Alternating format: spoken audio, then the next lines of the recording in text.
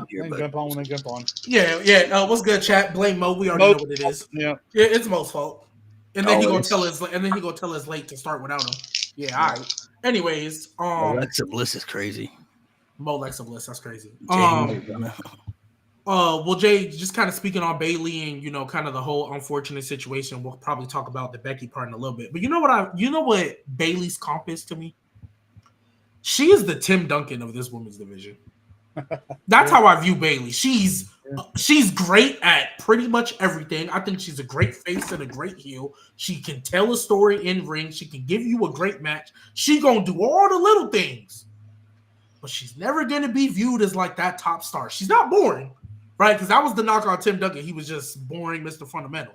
Even though I think Tim Duncan is great to watch. Bailey is she's never gonna be the Hakeem. She's never gonna be the Shaq. She's never gonna be the face of your J. Cole almost, right? Like I love J. Cole. And I love J. Cole. That's my dude. Yeah, and she's never gonna be the focal point. She's just gonna be a really great counterpart. And that's unfortunate. Yeah. Right? Because her career in the main roster did not start off well. I mean, shoot, she got left behind. And let's be real, Becky, at the time, she could have been the one that was left behind. I get Bailey had the NXT title, but if we just look at where they were, Becky for sure could have been the one that was left behind. But okay, cool, whatever. Not everybody needs to win that title in NXT. Look at Bianca. Not everybody needs to win that title. But I look at Bailey and what she's done, all the runs she's had. She's never really had the lows that we've seen these other people have. Right? If you really look at like main roster women, the only people who, in my opinion, have never had a low, like a true low, is Bailey, Bianca, and I guess technically Charlotte by the way she's been booked. Now we know she got go away heat, but the way she's been booked, Charlotte has technically never had a low either. But like you look at that, and it's like that's really hard to do for us to look at a period of your career and be like, yeah, this was dog, this was horrible. Yeah. Right? She wasn't elite the whole time, but it's just that's why I say Tim Duncan, because she has the accolades behind it. She has the stats behind it. She has the in-ring work. She has the matches. Yeah, Chad, y'all going crazy. She has everything that you need, but she was never positioned as the face of that division, the star of that division. So it's just unfortunate. Yeah, it's just a shame because Bailey is, in my opinion, inarguably the best promo out of the four horsewomen, and at worst, she's the second best in-ring wrestler out of the four horsewomen. So she was great as a babyface. She was great as a heel. And then when they did Damage Control, because they booked Damage Control to lose for the first 6 months they were together, that never got any momentum. And then, like I said, won the Royal Rumble, big fucking deal. Bullshit story all the way to Mania. Terrible title reign after Mania. So it's just Bailey's a Hall of Famer. Don't get me wrong. Like I'm not saying poor, pitiful Bailey, right? She's had WrestleMania matches. She's had career or record-shattering championship reign. She's a Triple Crown, Grand Slam, all that shit. At least it used to be before the mid-card titles got introduced. Don't get me started on the mid-card titles. One being stuck in a tag team fucking feud that was stupid as hell, and one not even being at WrestleMania. That's neither here nor there. All of this to say, whatever they wanted to do with Becky, whether it was Becky's idea, WWE's idea, whoever's idea, the fact that Bailey had to be sacrificed at the altar of such a stupid fucking story, it blows my mind. And we have to live with all of that being centered around WrestleMania, and then sit and watch SmackDown where the Profits and DIY and the Machine Guns maybe put on one of the best tag team matches WWE has ever done. And it was a week after WrestleMania was over. Like, give me a fucking break. Oh my God, bro. And give me a break. You gotta plug Clash of Clans. You gotta plug Clash of Clans, baby. Gotta get that sponsorship money, baby. And I hear you, but like, and speaking on the Becky side of things, I think we all pretty much expected that heel turn to come. Should have just happened at Mania. Because at least then it would have been a little more justifiable. Okay, maybe you didn't want Bailey to turn heel. We can expect a Becky-Bailey feud to come out of this. All right, cool. You do it at Mania. The fact that you stat padded not only Lyra, but Liv and Raquel, the fact that you stat padded them for this heel turn is kind of crazy. It's really insane. Like, You could have just did the heel turn at Mania. I think you would have got a better reaction Mhm. if you would have just did the heel turn at Mania. And if they were Like- going to get the titles right back, she could have done the heel turn in the middle of the match and then never done this back and forth. Exactly. Whatever. That's And my that's last what I word was on saying. the matter is that I've been a Becky defender, but she ain't beating the Becky Hogan accusations after this. Not for this. That's match. never Not for this beating match. them. Nah. Not after this. Not for this match. This No. is the first time I genuinely felt okay. I can't defend- She is Becky fucking Hogan, man. I was like, I cannot defend Becky Hogan after this. Like, I can't do it. Crazy week. Somebody wants to know if you enjoyed Natalia's Bloodsport performance. Didn't watch it because I'd rather watch paint dry, my friend. Thank you for the super chat donation. Appreciate You know what? Surprisingly, I didn't think it was that bad. I thought, for all intents and purposes, from what the entire stigma around what Natalya has done and how boring she is, and as Jay so eloquently puts, like watching paint dry, for being put in that scenario and in that like format of quote unquote wrestling or whatever you want to call it, I thought she did really well. It was nowhere on par with Karrion or when like Shayna did it, but for all intents and purposes, it was actually it was really good for what we all know Natalya to be able to do. So I enjoyed it. Yeah, it was pretty dope. She did pretty good in that environment. I saw bits and pieces of it. I didn't see the whole match, but from what I saw, like on social media and stuff, it was pretty solid. But yeah, I mean, looking at like things they've done the past week, I'm not even mad for some of the decisions they made. I just feel like they could have did it differently. You know what I mean? Like I didn't hate the Becky stuff, but I was like, y'all could have just did that at WrestleMania. But okay, like it's not bad that y'all did it the way y'all did it, but it's like why y'all could. That was weeks in the making too, bro. Yeah, that's why I'm like. So it wasn't like I wasn't like, oh, this is stupid. I was kind of like, something told me during that match. I was like, they about to win the tag title back, bro. Because why would they defend the titles right afterwards? And when they got to go to NXT the next night, like they about to lose. And then I was kind of just like, they could have just did this at Mania, but I mean, I guess they wanted to suspend people's suspense. I guess I don't know, but and then the TLC match, 100%. I'm like, bro, this is what WrestleMania. Like, I get some people's points when they were saying like, well, they got the main event spot and they got 30 minutes and they probably wouldn't have got that at Mania, which is true, but it's like they still could have put on a very good match at Mania. And at WrestleMania, you want to see the biggest matches possible. And compared to that tag team match that we got with the New Day and the War Raiders, I'd have took that TLC match. Yeah, I'd take that TLC match for sure. So hopefully, I don't even want to hear the timing excuse because WrestleMania is a standalone streamed special event.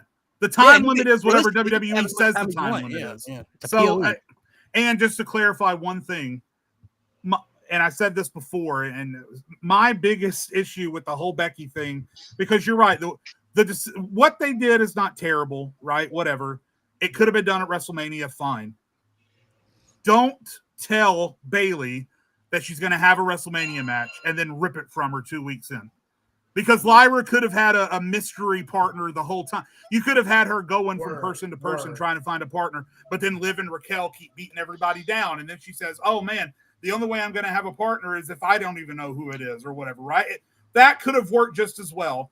But just to see the look in Bayley's eyes during the Chris Van Vliet interview where you can tell how dead inside she is, that she's having this WrestleMania match stripped from her, man, come on. You got to do better for Bayley. She's what? She's over a 10-year vet at this point. She's responsible still to this day for what many call the best women's match in the history of WWE across all the brands. Record-setting world championship reigns, Triple Crown winner, helped carry the pandemic era. She stuck around, unlike Sasha Banks did. She's never caused drama, unlike Charlotte does. She doesn't take extended time off like Becky does. She's there day in, day out working, and this is the best you can come up with for her, is to rip a WrestleMania match. That's the thing that is killing me about all this. You got to do better for Bayley. And now if she leaves, because she mentioned in that interview a couple of times, unprompted, she mentioned that her contract is coming up soon. Yeah, I mean, what does that tell you? So she's probably better off going somewhere else. You probably use that for leverage, to be honest. Yeah, you just got to. I want this, that, the third. Yeah, I just hope you can't give me that. I'm out. I don't. But honestly, Mania is like one of those weird things where I don't know. I guess they'll have to find an equal balance now because there was a lot of people left off Mania. that should have been on the show. that's what I wanted to comment on. Kind of speaking more in a general sense as opposed to just Becky. Yeah, the way I look at it, even though WWE this generation does have Seth Rollins. I'm sorry. Someone said Bailey's this generation Seth Rollins. This generation does have Seth Rollins. I don't know what that means. Maybe you mean this generation. Yeah, maybe the female. Yeah, maybe. Yeah, the female Seth Rollins. Yeah. I get what you mean. But speaking on that, I'm a firm believer in how I move in my life. As I don't believe in participation awards. I don't believe in getting a trophy or a prize just because you participated. In sports, there is competition. Not everybody can win. Not everybody can be a champion. If that was the case, everybody, all 32 teams in the league and 30 NBA teams would get a prize for competing. So the idea that, we got to get people on the card for WrestleMania, like what Montez Ford was trying to explain in whatever interview he was on, to me, I think is bullshit.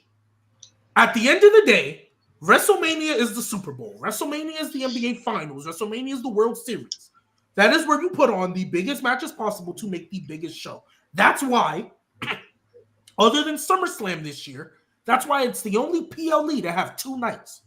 That's why it's the one that gets the most money, where everybody in their life, everybody in they mama be coming to that show. If there's one show you want to go to, it's a WrestleMania. Yeah. So with that being said, I do not like that, we got to get everybody on the card or we got to get people that maybe haven't had an opportunity. That's bull. I get there's things that you can do better. And sometimes it's to your own detriment, creative team, because y'all can't book a women's division and that tag team division on Raw is putrid. Nevertheless, it is still WrestleMania. It's your fault, but I don't want to hear, the reason why this really good TLC build we had for the SmackDown tag division isn't on WrestleMania because we got to get Lyra and Becky and we got to get the War Raiders in it. I don't care.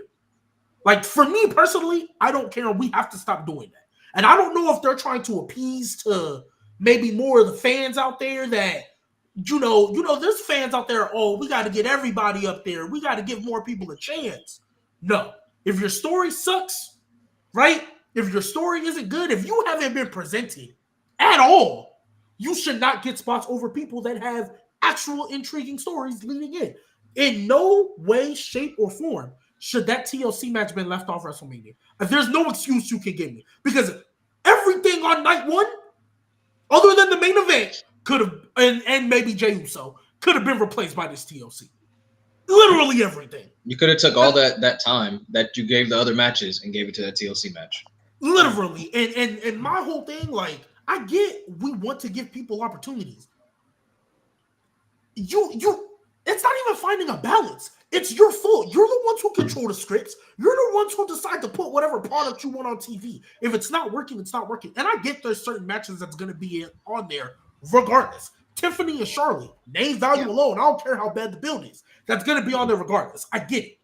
But bluntly stated, we didn't fumble the New Day's heel turn. Y'all did. If y'all would have capitalized on the New Day's heel turn like you were supposed to, nobody would be complaining that they were on WrestleMania. I don't even think nobody would be complaining about the way they won. But what did y'all do when they first turned them heel? You know who they was losing to, Nate? My fucking left knee, Rey Mysterio. That's who they was losing to when they first turned heel. And Akira Stem Cell, the guy who couldn't even make it to WrestleMania. That's who they was losing to. Yeah. Had surgery 5 times in my left knee. Hey, them stem cells. Hey, he probably got the super and to serum Alpha too. Academy, which is more of a TikTok channel than a tag team anymore. But I digress. Word. So but I said all that to say it's no excuse why that TLC match shouldn't be left on, and we have to get out of this mindset of we just got to put people on Mania because it is. You know how many NXT Takeover matches could have been on Takeover but weren't, and they were on the episode before, the episode after. Still a great match, but not everybody get to make it on the card. Not everybody get to make it to the playoffs. Let alone the Super Bowl. Can I say something, G? And I'm sorry, I know we got to get Nate and Pat in here, but I need to say something real quick before I forget. What's so frustrating about the concept that you just said, G, is that WWE is aware of it, because when you play GM mode this year, they tell you make sure you pay off some of your rivalries on the go-home show because you're not going to be able to fit them all on the pay-per-view. They tell you in GM mode to do exactly what you just said, and they don't do it. It's so infuriating that for them to be aware that this problem exists and build it into their video game and not do it themselves. It's so stupid. Yeah, you expect when WrestleMania comes around, obviously there's certain people you already know are going to be on the show. Roman Reigns, Seth Rollins, CM Punk, and like the big names. You expect certain people to be on the show, but it's like, then you look at the people that were left off this year, like Nia Jax coming off that World Championship reign, and then she was left off the show. Sami Zayn the last 4 years has had some of the best matches at WrestleMania alone. Karrion Kross doing the best work of his career. Karrion Kross, like Bailey left off. You know what I mean? Like, I'm okay with Karrion Kross being left off. They didn't build him up enough. But they could have been. He was already doing. He should have won the. He should have won the Battle Royal. Though. He was already doing stuff. Like they kind of. He should have been AJ Styles versus Karrion Kross. Fuck Logan Paul. Right. I don't know fuck how popular he is. They gave him a match because he's Logan fucking Paul. Or make it a triple threat. Get Karrion. Yeah, exactly. And I'm sorry to say it. I know he's hugely popular and everybody loves him right now. That Jacob Fatu match did not need to be on Mania. That was a week and a half, 2 weeks, maybe 3 of build. Right. No one gave a shit. That was the perfect match for SmackDown. You're right. Yep. That is something that could have been blown off on a go-home show. Yep. I know Jacob is extremely popular. I'm a fan of Jacob and everything he does, but that match was a nothing match. No one gave a shit. They popped because Jacob won. Until he won, right. When he won. But yeah. Because some of those matches they didn't announce till like the week of or like the week before. Like they just kind of stretched things out a little bit, you know what I mean? But like the TLC match, they had built that up for a while. Like that was built up. I thought it was gonna be a fatal 5-way. That's what I thought was gonna be at Mania. I was like, oh yeah. I thought they actually might make it 6 and add Melo and Miz in there. I'm like, okay, that probably put them in there too because they're a team. That would have cooked. Oh my god. So I thought they was gonna add them in there too. But talk about participation award. Unfortunately for Mania, like we talked about before, they're gonna be certain people left off the show. Like when you don't have like a Money in the Bank filler or like a Battle Royal that means something where you can put that in there and put superstars in there who don't have a direction. You know what I mean? Like when you don't have those type of matches, you're scrambling to put things together last minute, and then certain people aren't going to be on the show. You know what I mean? Like it sucks. It sucks to be in that position. You know what I mean? Because certain people should be on the show, and then there are certain builds that should be on there, and then they kind of move away from it. So I mean, this year was kind of all over the place with how they were doing things. Like there were certain matches you thought were going to be on there, and then they weren't, and then they changed certain matches. I think it's funny too from the trailers of this Netflix show they're doing that peeks the curtain back, which I'm not a fan of, by the way. I hate how much they're peeling the curtain back with this new show.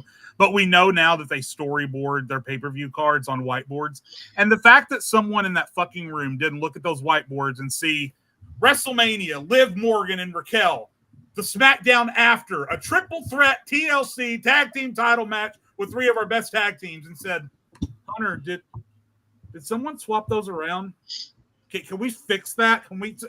No one. I don't know what to say. There was so much wrong with WrestleMania, especially with night 1. I saw this on Facebook. The night of the main event of night 1 saved the rest of the card, and the rest of the card on night 2 saved the main event. If you took the pre-card of night 2 and the main event of night 1 and squished it together, it'd have been perfect. That's a top 3 Mania all time. That's a top 3 Mania all time. So I actually have an opinion about WrestleMania. Actually, that conclusion. Top 4. After some reflecting, and it might change next year, but as of right now, that is the worst 2-night Mania we have had, and I'm including 36. I'm including 36 because 36, despite the circumstances you had, over-delivered. Considering what they were giving, you still had the Firefly Funhouse. You still had the Boneyard match. You still had McIntyre had his moment. Otis kissed Mandy Rose. You still had the title being taken off of Goldberg when literally who else was going to do it? Roman Reigns wasn't there. Who the fuck was going to do Drew Gulak? Nobody else was going to do it. With the circumstances, Seth Rollins versus Kevin Owens, a great match. Everything, the triple threat ladder match for the tag titles, that delivered. Considering what they were given, they over-delivered. And consider what WrestleMania 41 had, it under-delivered. Like severely on night 1. Crazy. And then night 2 was good until the main event, which I don't care if that was the point. It's still bad. It doesn't change the fact that it was a bad match and it was a bad finish. Does not change the point. So I had this discussion the other day. The whole John Cena said he's going to ruin wrestling, and that's why the match was bad. And no, it's not. John Cena has not been able to put on a good match for the past. I hate that argument so much. He's the reason y'all like, oh, that's why it was bad. No, it's been the same John Cena match that it has been for the past 10 years. He's just saying now it's bad, and you're like, oh, that's why it was. No, it wasn't. That is a typical John Cena match. Oh, he didn't do all the you can't see. Yeah, he did. He just did it to y'all and not to the person on the floor. Like he did everything the same.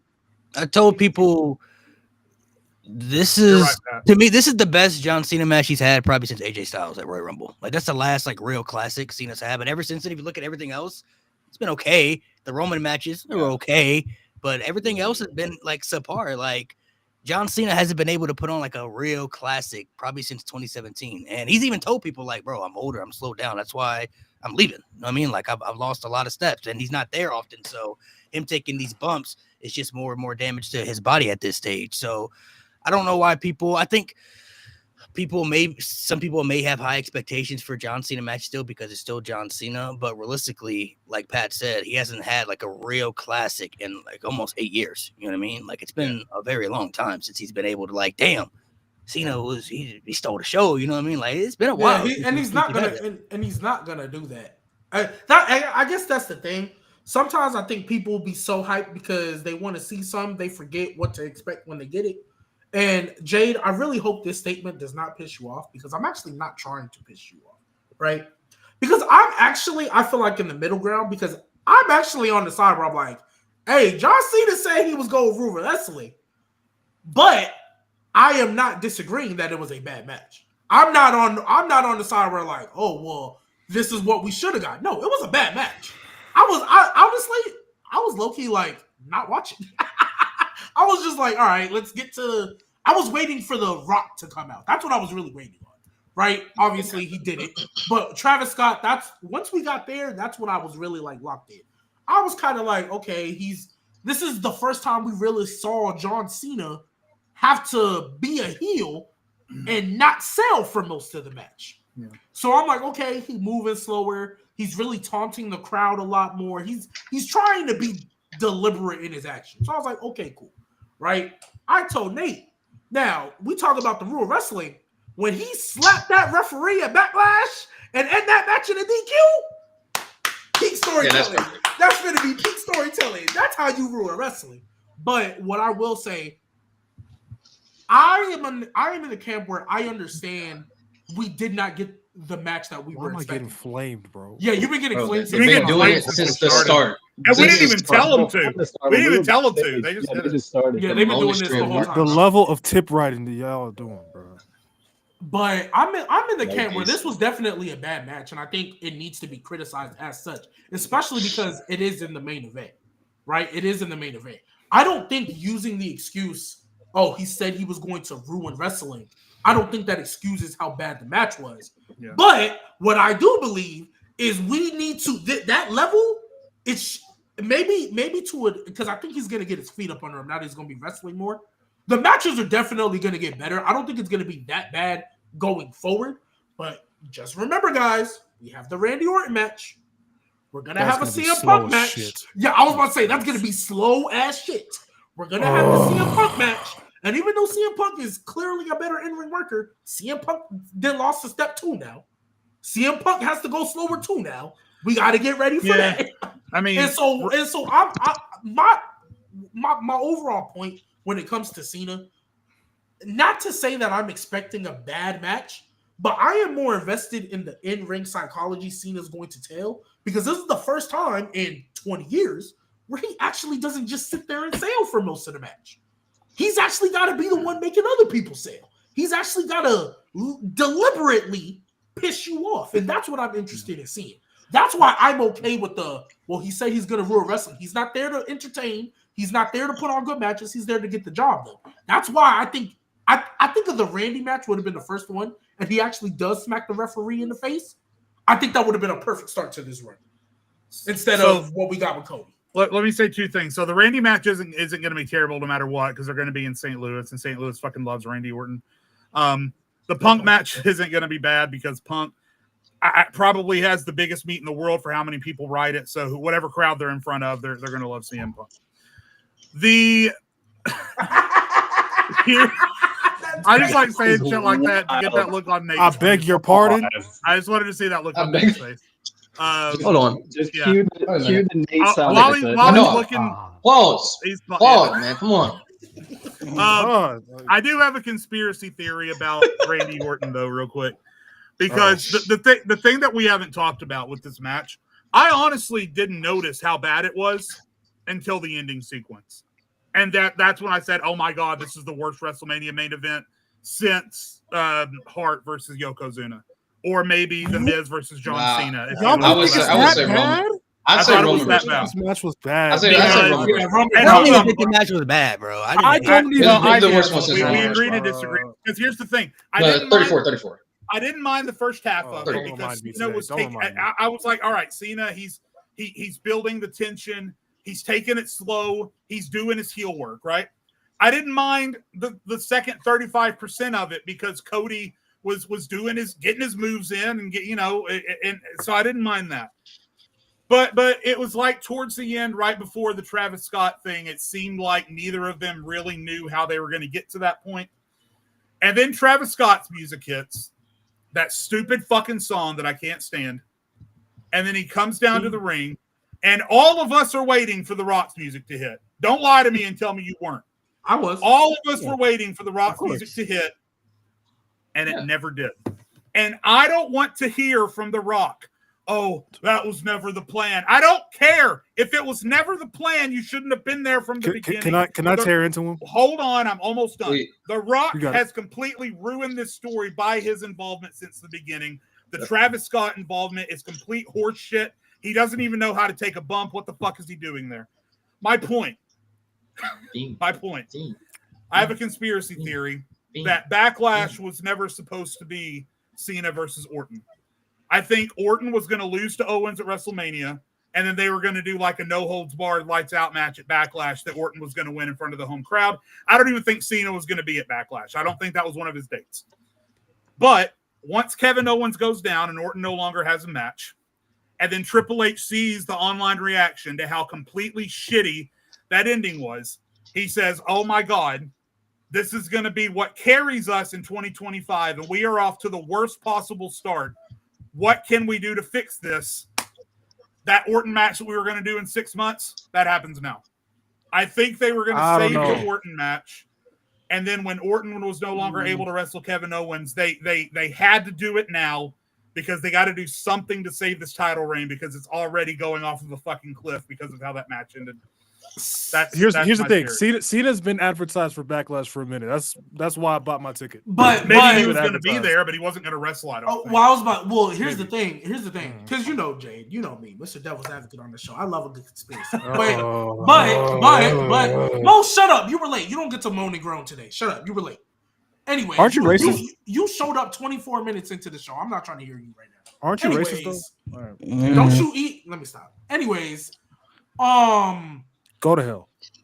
Jay, when it comes to the Randy Orton match, I think, because I'm kind of with you, I don't think it was supposed to happen this early. But once Seth Rollins won the main event, I was like, okay, bet, yeah, they're knocking this out now. Because I went in thinking CM Punk was gonna win. That's how you're gonna set up the number one. Like he's eventually gonna fight Cena at SummerSlam. That's your main event, night 2. There you go. Signed, still delivered, and then Seth Rollins won the main event. So that changed everything for me, right? When it comes to Randy Orton, though, I think, like how you're saying, like you feel like they adjusted, that also kind of ties into The Rock, because The Rock has said the only reason he showed up at Elimination Chamber was Ari Emanuel asked him to. Okay, even if I take what you say is truth there, because I think he was bullshitting most of it. Okay, yeah. I can believe that, though. I can believe Ari Emanuel saying, yo, man, ticket sales for Elimination Chamber aren't going as fast as we want. Hey, advertise yourself to be there. People will show up. I can get what you want that because The Rock is still a draw. Maybe it wasn't the original plan for you to be involved in this. Once you got involved, though, you have to be part of the story. Because, and the reason why. I know y'all can do it. I just saw y'all arguably make one of the biggest pivots ever the year prior. Mm-hmm. I literally just saw y'all possibly make one of the biggest pivots ever.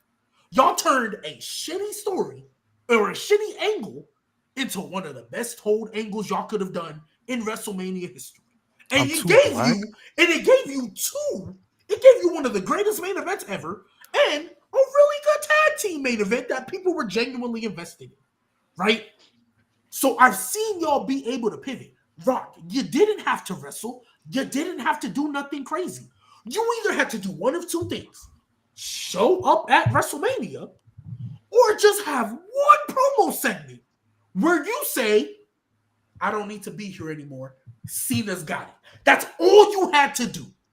Get rid of any idea that you were going to be there at WrestleMania and we're not looking for you. That's how you pull yourself out. That's all. Because realistically, if he would have came out, let's say the Raw after or whatever, it would have been like, yeah, Cena, you're my champion. You got this, though. You don't need me. I know you got this. That's all he had to do. I wouldn't have said a word. Because it would have made sense. John Cena, you're a heel now. You don't need The Rock to do this. A lot of us didn't feel you needed The Rock to do this anyway. Boom. That gets The Rock out. He don't have to be at WrestleMania. He can be in Hawaii or Cancun, wherever he want to chill.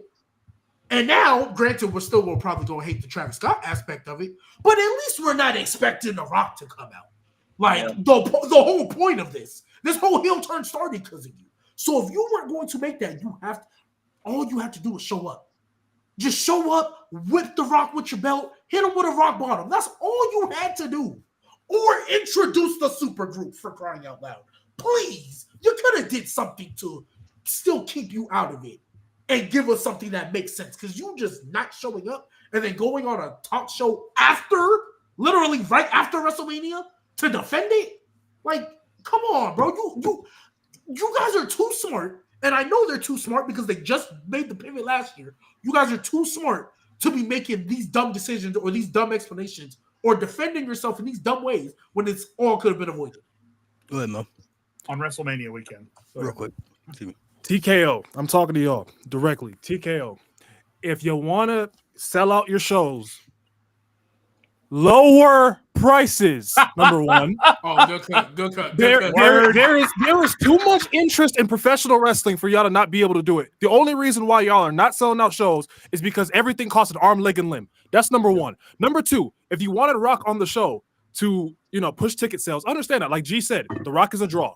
One of my favorites of all time. No doubt about that. He's a draw. Have him be the fucking host of Elimination Chamber. You already wrote off all the storylines with the shit on Netflix. We took Cody Rock out of our minds. We took Rock Roman out of our minds. We moved on after what you did on Netflix. If you wanted to have him be the host just to push tickets, thumbs up. Great. No problem. I don't care.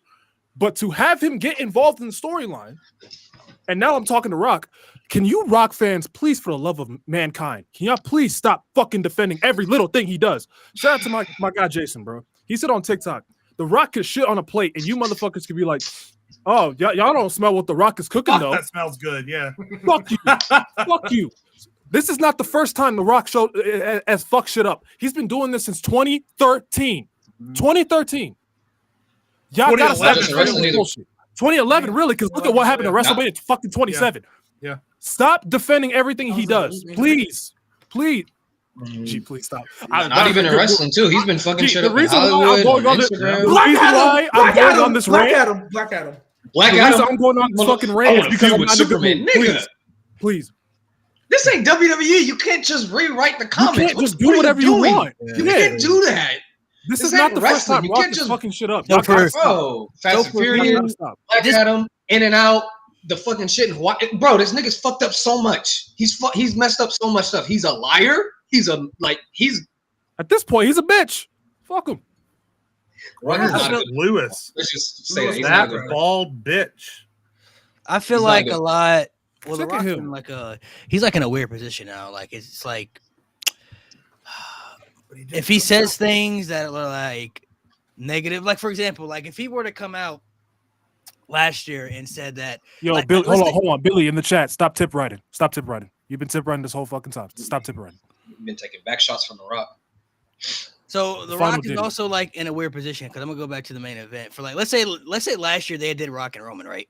And the Cody match didn't happen. And let's say Rock came out on some podcast or whatever, and he was like, "Yeah, that was my idea. Like I felt the match with Roman needed to happen. Cody's story was cool, but I said, you know what? Let's come back to that and revisit that, and we'll push that to the side. It was my idea to do the Rock and Roman match. I don't think anybody would have said he would have been lying if that had happened. Like if he had came out and said that was his idea."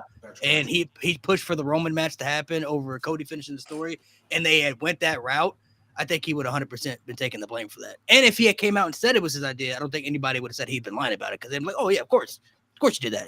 But why else would this happen? yeah, but it's like a double-edged sword with him because when it didn't happen, and he did the documentary, and he said that they pivoted, and it's something he was like, "Oh, he's taking all the credit and all that stuff." So he's in a weird spot where it's like, if he does the negative aspect and he pushes for that, then he takes the blame for it. If he does the positive aspect, he still takes the blame for it. But to your point, you can't involve yourself in something not really involve yourself, but to be a part of something and then not finish the execution of it. You know what I mean?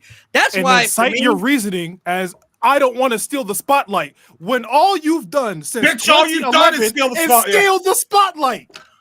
God. And to go to that aspect, I understand his aspect of that for the 17th World Championship, but it did the opposite effect though. Like if you weren't involved in the story, then okay, it would have been cool. But like you were already involved, and based off the story you were telling, the climax of the story at that point. Yeah, he was involved in. He was the catalyst. He was the reason. Yeah, we had just assumed based off what we had saw that, you know, Cena had sold his soul to you and Cody didn't. That's what we had. I mean, that's based off the storyline you were telling. Yeah, so. no, we're all idiots because we didn't understand the story. Cena didn't sell his soul to The Rock. He sold it to Travis Scott, apparently. Travis Scott now. That's crazy. You know what's crazy? You know what's crazy? Didn't The Rock go on Instagram and like respond to somebody on Busted Open Radio? Was like, "Oh, brother, I'm working all the time, brother. The business is a work all the time, brother." Bro, the way he told that fan in the comment section this one time, he's like, "Oh, don't believe any of the BS." Yeah. Nigga, what am I supposed to believe now? What am I supposed to believe you? This is how this based off what people, and this is just how I feel. Because I don't think the match with Cody was bad at all. I just think people hated the ending. What had happened when Travis Scott came out? Like Jade said, we all were expecting The Rock to show up, and when he didn't show up, I think that put a sour taste in people's mouths. We're like, bro, I get like you got shit going on there, but it's like, bro, we expect you to execute on these stories when you're a part of it. And then when Travis Scott shows up, even though The Rock did say that Travis Scott was going to be a part of the story, so I was already expecting him to come back at some point. But when he comes back and you're not there, it's like, bro, like, how and you're not there, bro. Like, come on, man. Like, you gotta execute on the story. That's why I think people hated the match so much for me, because I didn't hate what was going on in the ring. Like, I didn't hate the finish with Cena hitting with the title. Yeah. I agree. When Cena hit him with the title to win, I was like, okay, John Cena. I mean, this motherfucker kicked out a 4 attitude adjustment, so he already gave him his best shot multiple times. Wasn't good enough to keep Cody down. Ultimate heel move is to cheat to win. So that's what John Cena did. But when Travis Scott came out, first thing I thought, oh, Rock ain't about to come out at some point. He didn't come out. I'm like, all right, let's get to the finish, right? Yeah, like, when the Rock didn't show up, I just knew how people were going to feel about that because you were expecting him to execute a part of that story, what we had seen at the Elimination Chamber. That's why I thought he didn't show up for the build, because I'm like, oh, he's probably gonna come out. If the Rocket came out and they would have screwed Cody out of the championship, it would have made sense because of what the story had aspect. Cody didn't want to sell his soul. Cena did.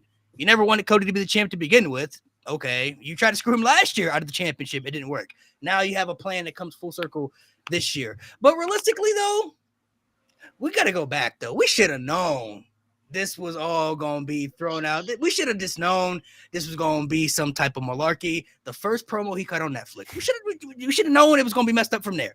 Because when he came out and cut the most corporate promo and he drinking tequila with Cody, like they didn't have beef. When did they become cool all of a sudden? When did we miss that aspect? Well, that's to Nate's and Mo's point. When he came out on Netflix and did all that shit, I said, okay. I guess we're not getting Rock this Mania. That's fine. Yeah, I was like, cool. Because I was like, we don't need you, right? We don't need you. Only thing I was thinking was like, dang. Only thing we were thinking at the time, dang, are we going to get Cody Roman 3? And then ended up, hey, you win the triple threat because we got the Rumble. So I was like, okay, boom. There's your triple threat. We get Cody. Well, at that point, it was like Cena's your only other option based on who was qualifying for the Elimination Chamber. So I was like, there's your triple threat. There's your 2 main events. We're good. All we had to do was turn Cena heel during the match. That's all you had. That's what I was about to say. What they should have did if they really wanted Cena to turn heel, he'd have just turned heel in the match and won the championship that way. I feel like that was the original plan. I dead ass feel like that was the original plan. Can you imagine if he had Would've gave been way Cody all, better. can you imagine if he gave Cody all his best shots, attitude, it wasn't working, none of the attitude adjustments, STF, and then he hit him with the championship and won that way? We would have been like, whoa, like we would have been Yeah, like what the fuck? Yeah. And going on? Yeah. here's my biggest problem with how they executed it at WrestleMania. Nate, can I ask you a question? Yeah, go ahead, brother. How many times did we see Travis Scott on TV before he randomly showed up at the Chamber? Before the Chamber, 0. G Baby. Chamber Zero. Between the Chamber and WrestleMania, how many times did we see Travis Scott on TV? Other than promo packages? I don't think Other he than showed up at promo all. packages. Yeah, I don't think he showed up at all. We're not counting So Fiend, right? what's the point? I don't understand. Rock, I got bad news for you, homie.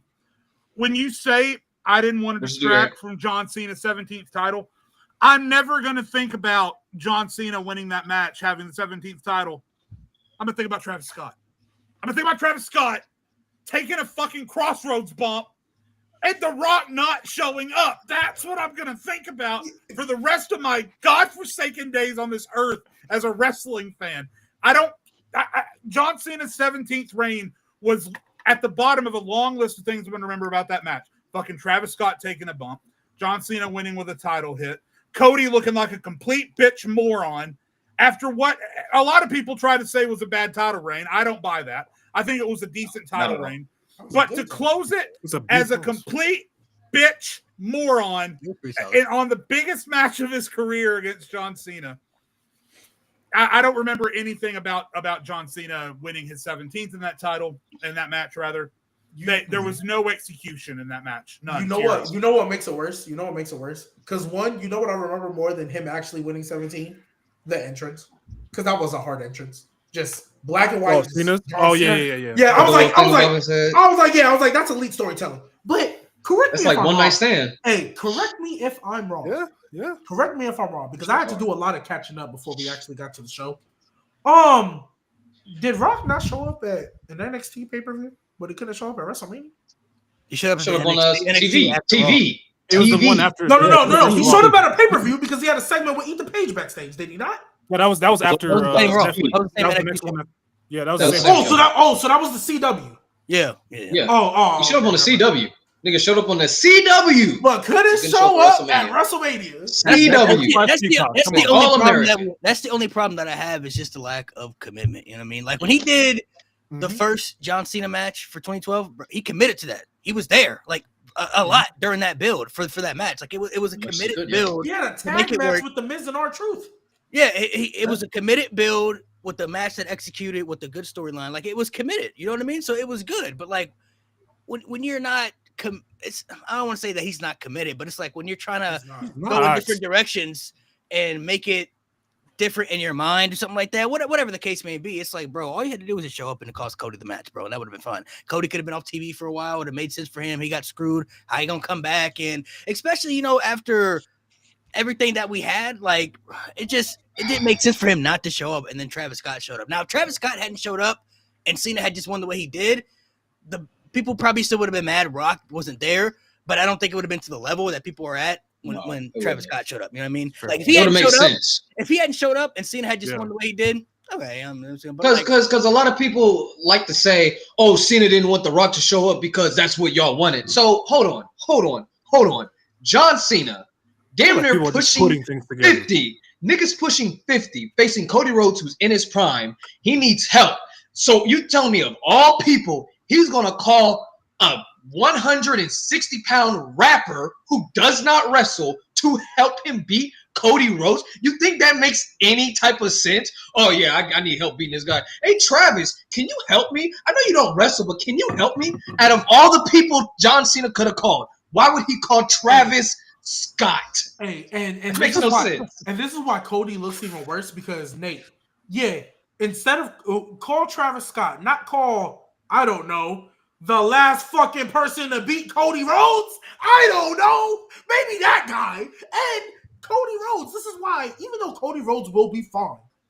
Yeah. So Cody Rhodes, You overcame the super mega warlord bloodline, as Nate said last week. That's on TikTok now. You overcame that, but you couldn't overcome Travis Scott. You overcame Jacob. Bro, the song was stuck in his head. Bro, The song was stuck in his head. That's why. He saw Travis. Mine too. He overcame Tama Tonga, Loa, and Jacob Fatu. But you couldn't overcome Travis Scott And Solo and Well, Thumboy. Well, No, but I'm Tonga- saying like as Tonga an was a outside little bit of a interference. stretch. Like, Let's be yeah, real. Jacob, bro, he guys with Solo with this crazy bloodline and Jacob Fatu running around, pinned Solo clean in a steel cage. Where literally steel cages don't mean shit to nobody. And he pinned him clean.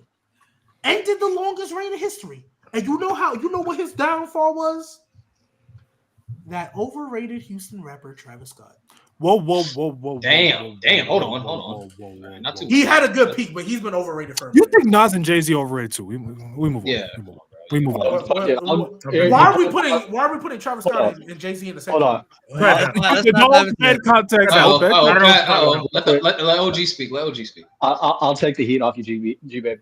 Travis Scott's a terrible fucking rapper. The only reason Travis Scott is famous at all is because he fucked a Kardashian. That is the only reason anyone gives a shit about Travis That's Scott. not true.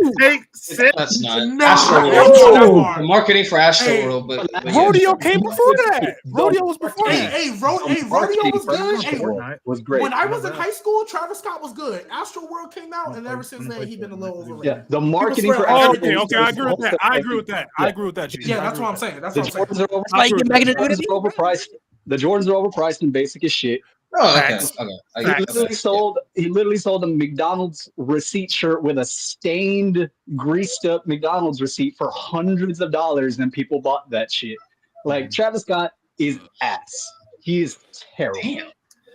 Yeah. Hey, to close the John Cena crazy. conversation, by the way, the most frustrating part of all this is that the decision for how to do his heel turn was so easy. Jerry Jones could have come across Bring it. up that comment from King Jones.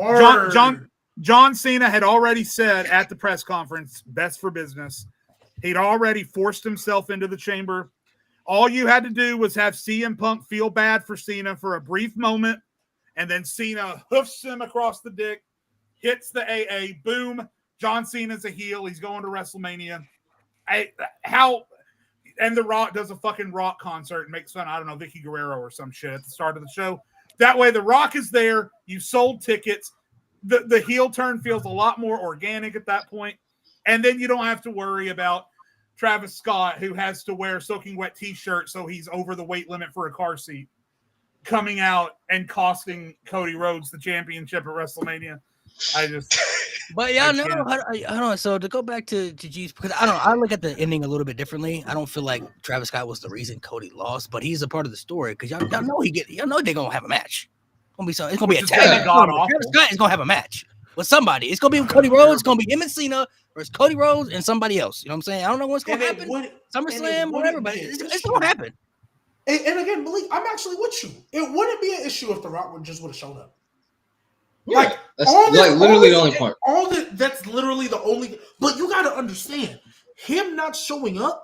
It's not like we're just mad that he didn't show up. It's that technically, kayfabe wise and legit, this happened because of you, right? And somebody said it a little bit lower in the chat, and I think they're piggy. I don't know if Nate said it first or Jade said it first. But The Rock, I'm actually with y'all on this. That last year, I think The Rock got his feelings hurt because they actually want to see somebody other than me in a big spot. You know what? Fuck y'all niggas then. Like, I think he got booty hurt. I think his panties were in a bunch, and I don't think he liked that. Now, granted, he still got featured in one of the biggest moments in WrestleMania history, right? But I don't think that was enough for him because weren't there reports that he wanted to win that title? He wanted to be the one to have Roman Reigns. Yeah. Right. And like, I don't know why he think people would want to see that. But nevertheless, I don't know why he thought he can go be Black Adam if you were Superman. I don't know why he thought he could do that. But you know what I mean? That brother is delusional. And, I mean, you know what somebody said on my show on Friday? Shout out to Wrestling Gifts. He said that he thinks after SummerSlam 2002, when they boot him out of the building as a babyface, he's never been the same. He's never been the same.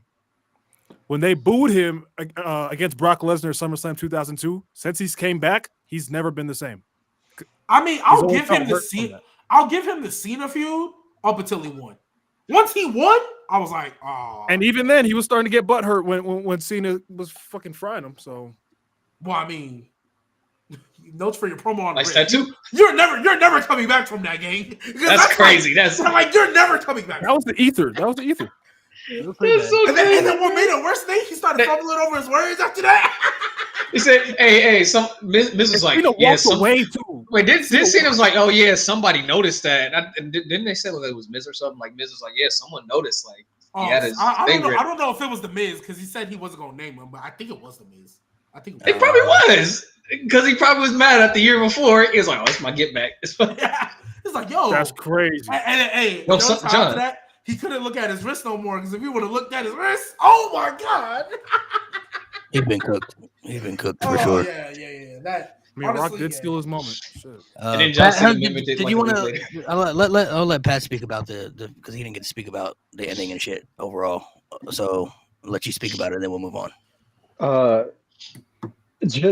mean, it goes to Jade's sentiment. Like, no one is gonna think of anything else of that match other than Travis's involvement. Like, yes, Cena won his 17th, and he broke the record in giant air quotes because no, he fucking didn't. It's closer to like 22. It's closer to like 22 or 23 with Flair, but we're not gonna go there. And initially, I will say I don't agree to Jay's point. I thought Travis took the Crossroads bump pretty well. He did just kind of corpse after that and didn't move. All right. But yeah, The Rock is very quickly, and I'm just strictly talking in terms in the wrestling aspect, in terms of booking. The Rock is very slowly starting to look like how people would talk about Hogan in the past. Like, if it doesn't work for him, he does everything possible to fuck everything up. And Starcade 97. Oh wow. Well, yeah. And it's just one of those things that, like, people need to take off the nostalgia glasses. I was a huge fan of The Rock growing up. I still try to appreciate some of the things that he does outside of the wrestling business and inside of time. But even The Rock needs to realize wrestling has passed you by. Your name is no longer enough to be the star of the show, especially if you're not going to show up. Like, and I think the turn, even if the turn would have happened at the Chamber, just don't involve The Rock and Travis.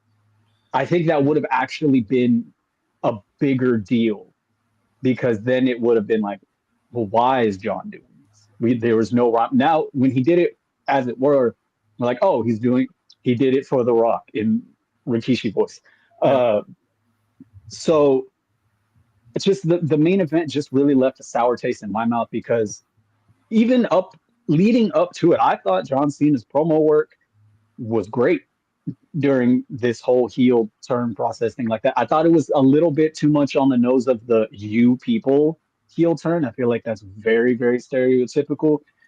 Me personally, again, fantasy booking in my head type of thing, like John Cena's heel turn would have been like, I came back, my time is almost up, I'm winning this title, and whatever I have to do it, I'm going to do it. And if that means I have to do something that you all are not going to like, I don't care. I am doing this for me. I feel like that, again, would have played out better, but we got there how we got there. And I wasn't upset about John Cena's promo work the entire way through. But it's just one of those things that it's been talked about numerous times. 34, up until the heights of the century, 31, 27, and I could go down a litany list of others. It's not how you start the show. It's not what happens in between. It's how you finish. Mm-hmm. And yes, us as above average wrestling fans are going to know that the rest of the show was good. But for the majority of people, they're going to be like, yeah, it was a good show, but then the ending sucks. So we left with a sour taste in our mouth. Like, and for me, the whole thing is, I guess my thought process going forward is, for the rest of the, what do you say, like 27 dates that John has left, win, lose, or draw, whether he keeps the title the entire way or doesn't, what is the end goal? Because I feel like we're wanting John to leave as John Cena, the great world champion, the 17-time world champion, the face of the company that he was for all of this time. You're going to have to figure out a really good way to flip him back before his time is up, because if he goes out like this and this is how it started, John Cena's really going to go out with a whimper, man. Like, people are really going to be like, cool, man, thanks for everything, but this whole last year that you were here, sweet Jesus. I think by the end of his last match, he'll be a babyface. Pat, you know what this feeling reminds me of with these last 10 years of The Rock and his involvement in the booking? It reminds me of how I felt watching the last 10 or so years of The Undertaker, except it was in the ring with Taker, right? Every match we saw with Taker got worse and worse and worse and worse until he finally just had to give up and throw in the towel. And with The Rock, every time he's been involved in booking for the last 10 or so years has been worse and worse and worse and worse. And just like with The Undertaker, and just like Pat said, it gets to a point where your name can no longer cover for the mistakes that you're making. Was it the Dark Knight, where I think it's the Joker or Two-Face, whoever said you either die a hero or live long enough to see yourself become the villain? That's exactly what Taker did. It's exactly what The Rock's doing. And someone needs to step in and tell The Rock, yo, Rock, maybe just back out for a while. Just back out. Yeah. Just take your just like someone should have told Taker, hey, Taker, that match you're going to do next month, don't. Just tell The Rock to go make his 17th Fast and Furious movie and just be gone. You're good. You're fine. Yeah. My only issue is, like I said, if he's gonna do something, he's got to be committed for me, bro. I know you're gonna be gone, you're not gonna be there all the time, but I expect you to be committed and execute on the things that need to be executed for the storyline purposes. As a fan, you know what I mean? Like, you ain't gotta be there all the time, but if you're gonna be involved in something, be committed. Don't half-ass it. Like, that's all I ask. As a fan, I don't want to see you commit something and then back out of it, and then they gotta switch things up or pivot. Like, it doesn't make it look good. You're just causing plot holes left and right. Yeah, it's just a bad look. Like, in general, like, bro, like, if you're not gonna be committed, then you don't have to be a part of it, bro. It's okay. You know, there's other things that can happen without you involved in it. But if you're gonna be involved in it, just be committed to it. Like, that's it. And he can still be involved without necessarily having to show up every week. Hell, you fucking live on Instagram, dude. Just cut promos from IG if you did it last year. That they will literally WWE will throw up on the big screen and be like, this is what The Rock said last week about XYZ. Like, you can literally do that. And then one time during whatever storyline you're a part of, just pop in. Like, that's all you have to do. You literally can do the bare minimum. And in that regard, then yes, right then in that particular circumstance, your name is enough. But for you to just show up and be like, I'm here, and then for the rest of the entire storyline, you don't show up and then tell people, yeah, well, that was never the plan. I think the final boss character is done with. Fuck, you never finished, quote unquote, in the words of Cody, you didn't finish the story. Like, we're left high and dry. It's no longer a circumstance of you can show up and just, yes, you're going to get a pop because you're The Rock.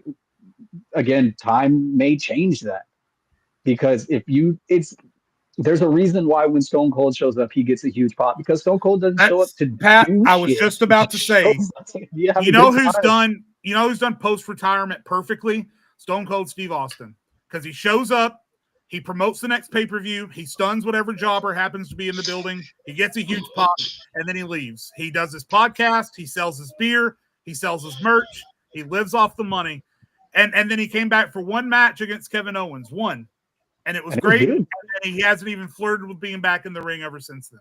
So, like, just look at Stone Cold. The Rock could show up, hype up a pay-per-view, rock bottom a random jobber or a rookie, throw up his arm, get the big pop, and then leave. That's all he has to do. But like, as a perfect example as to that entire sentiment, if you were going to show up for NXT for whatever fucking reason, because he has continuously talked about how much he idolizes you, and he basically carries the same on-screen ego as you, rock bottom Ethan Page. And I love Ethan Page. Ethan Page is one of my favorite wrestlers. So I will defend Ethan Page into the ground. But yeah, show up, rock bottom Ethan Page, boom. You rock bottom somebody who the crowd doesn't like. Winning segment right there. That's all you had to do. And then you disappear. And then if you're going to show up for this, hell, you don't even have to show up during Cena's heel turn. You could have showed up halfway through and just been like, I'm supporting Cena in this one because I'm getting my get back for last year, or Cody didn't do what I wanted him to. Any of that would have worked. But because you chose to involve yourself at the start of the storyline and you didn't follow through, everybody is going to look at you sideways. And it doesn't even hurt, guys, if you do it right, because freaking Joe Hendry just got RKO'd at WrestleMania, and he's probably going to be twice as successful now as he was going to be before. So if you do it right, it doesn't matter. Just show up, throw your move, and then leave. Yeah. By the way, that Joe Hendry bit, I loved everything about it. I loved Randy doing the taunt. That was so great. It's That was so WrestleMania, weird. baby. It's so weird to think about how we almost didn't get that, right? Because, Owens, and I wish it still could have been Owens, and maybe Hendry was going to be put somewhere else on the show. But it's just like Kofi a few years ago, right? It's crazy sometimes to think about, oh man, that was so cool, and it almost didn't happen, but it did. I'm so happy for Joe Hendry, man. He's so popular, he's so good. The crowd loves him. Godspeed to him. I hope he I hope he signs with WWE, and I hope he's really successful because he's really good. A lot of people, before I ask this question right here, because I want to see what your opinions are about this. The Joe Hendry thing, a lot of people I think were kind of misconstruing the whole thing, I guess, because he took 2 RKOs and he's the TNA World Champion. So some people said, oh, that doesn't make him look good and stuff like that. But I was like, bro, that's like what Randy Orton does, though. You feel me? Yeah. Like, why would Randy Orton shake his hand and then like raise his hand after? Like, that's not what. Yeah, good job, kid. Yeah, it's not what he does. You know what I mean? That Like, was Randy Orton to a T. That whole segment that was Randy Orton to a T. And I was about to say, getting a second RKO from Randy Orton is That's your stamp of approval. Yeah, I was like, That's your welcome to the big leagues. Right. That's it. That was his welcome to the big leagues moment. I hate that sentiment because it doesn't look good for the TNA World Champion. The TNA World Champion was at WrestleMania. WrestleMania. Randy fucking Orton. Like, come on. You think? Let's be honest. Do you really think Joe Hendry is upset that he took 2 RKOs at WrestleMania? He's literally said that he was with happy Randy about it. Orton, He literally said he was happy about it. and the man did his pose afterwards. Like, Yeah. oh my God. Yeah. You think Joe Hendry's mad? No, man. That man was like, yes, that dude would have took 5 RKOs. Like, honestly. It was Not Not only WrestleMania, did it not it hurt was a very him, back and that forth whole match. thing is going to do wonders for Joe Hendry going forward. Yeah. Wonders. That's like going to be in All I'm future gonna remember WrestleMania is video him packages. Like, Yeah. literally, it's going to be like, oh, anything can happen in WrestleMania. They're going to go back So to Joe that Hendry. clip. Like, that Yeah. clip is going to be It's- circulated in Yeah. packages for decades and decades. And it's one of those things that, like, you've seen, like, when CM Punk has told stories about, like, Stone Cold being backstage, and he goes and asks random heels backstage, hey, do you want to take a stunner from Steve Austin? Everyone's like, yeah. I'm sure Joe Hendry's like, hey, dude, you're going to take 2 RKOs from Randy. Is that cool? I'm sure Joe Henry's like, Jeff, probably let's do it. popped. Like, That's it? That's it? or you think get another 2 RKOs, then hit me. Right. Hell yeah. and Really? for him to become so worldly popular in wrestling through social media last year, where he's big enough they're gonna call him and say, hey, you want to do this match against Randy at WrestleMania, and people will be excited for it. Like, come on, bro. Like, he would have never even imagined something like that could happen for him. So, like I said, Now, that's if he had showed up and lost to somebody, let's say, like, as much as I love him, The Miz, right? If he had showed up and lost to The Miz, or if he had showed up and lost to, I don't know, Chad Gable. Logan Gable. Paul. Even Love again, him, as but- much as I love Chad Gable, Yeah. Gable, but it's Randy freaking Yeah. Orton. And if it had been at Backlash against Chad Gable, but it was WrestleMania, so now it would have been Like, different. if that was the replacement for Rey Phoenix or for Rey Mysterio, then it would have been like, I don't know about that one. right. Yeah, But yeah. Randy But this- Orton. Randy Orton. Yeah. Yeah. Now it would have been different if he like kicked him in the skull or something. That'd have been dirty. If he'd have punted him in the skull, yeah. that'd have been nasty. Crazy. That'd have been, but 2 RKOs though, Yeah. like He's He'll fine. be fine. it's like what Randy He'll Orton be does. You know what I fine. mean? Like, he does that to everybody, and Yeah. usually people he does that to are the ones that he kind of like feuds with or like befriends. You know, like in WWE fashion type stuff. So, And I love, by the way, as many bad decisions as WWE made that we just talked about, the fact that they could have just, done Rusev or Aleister Black because they had those guys in the chamber, but instead they had the foresight to call TNA and say, let's get Joe Hendry in here. Brilliant. Yeah. I loved everything Think about TNA's it. going to say no? Absolutely not. Hell Facts, no. facts.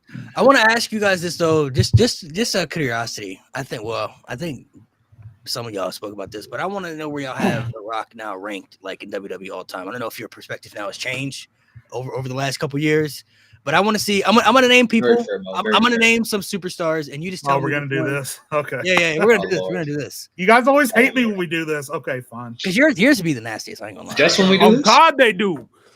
What? Whoa. No, we haven't done this one version. So basically, Come on. this is just Come on, strictly. Jade. Hold on. This is just strictly WWE wise. So this isn't All like right. all of wrestling. Just to be clear with everybody, I'm gonna name random Say Kevin superstars, and you're just gonna say whether or not you have them ranked above The Rock. So if you have them ranked above The Rock, you don't have to really explain why. You could just say, yeah.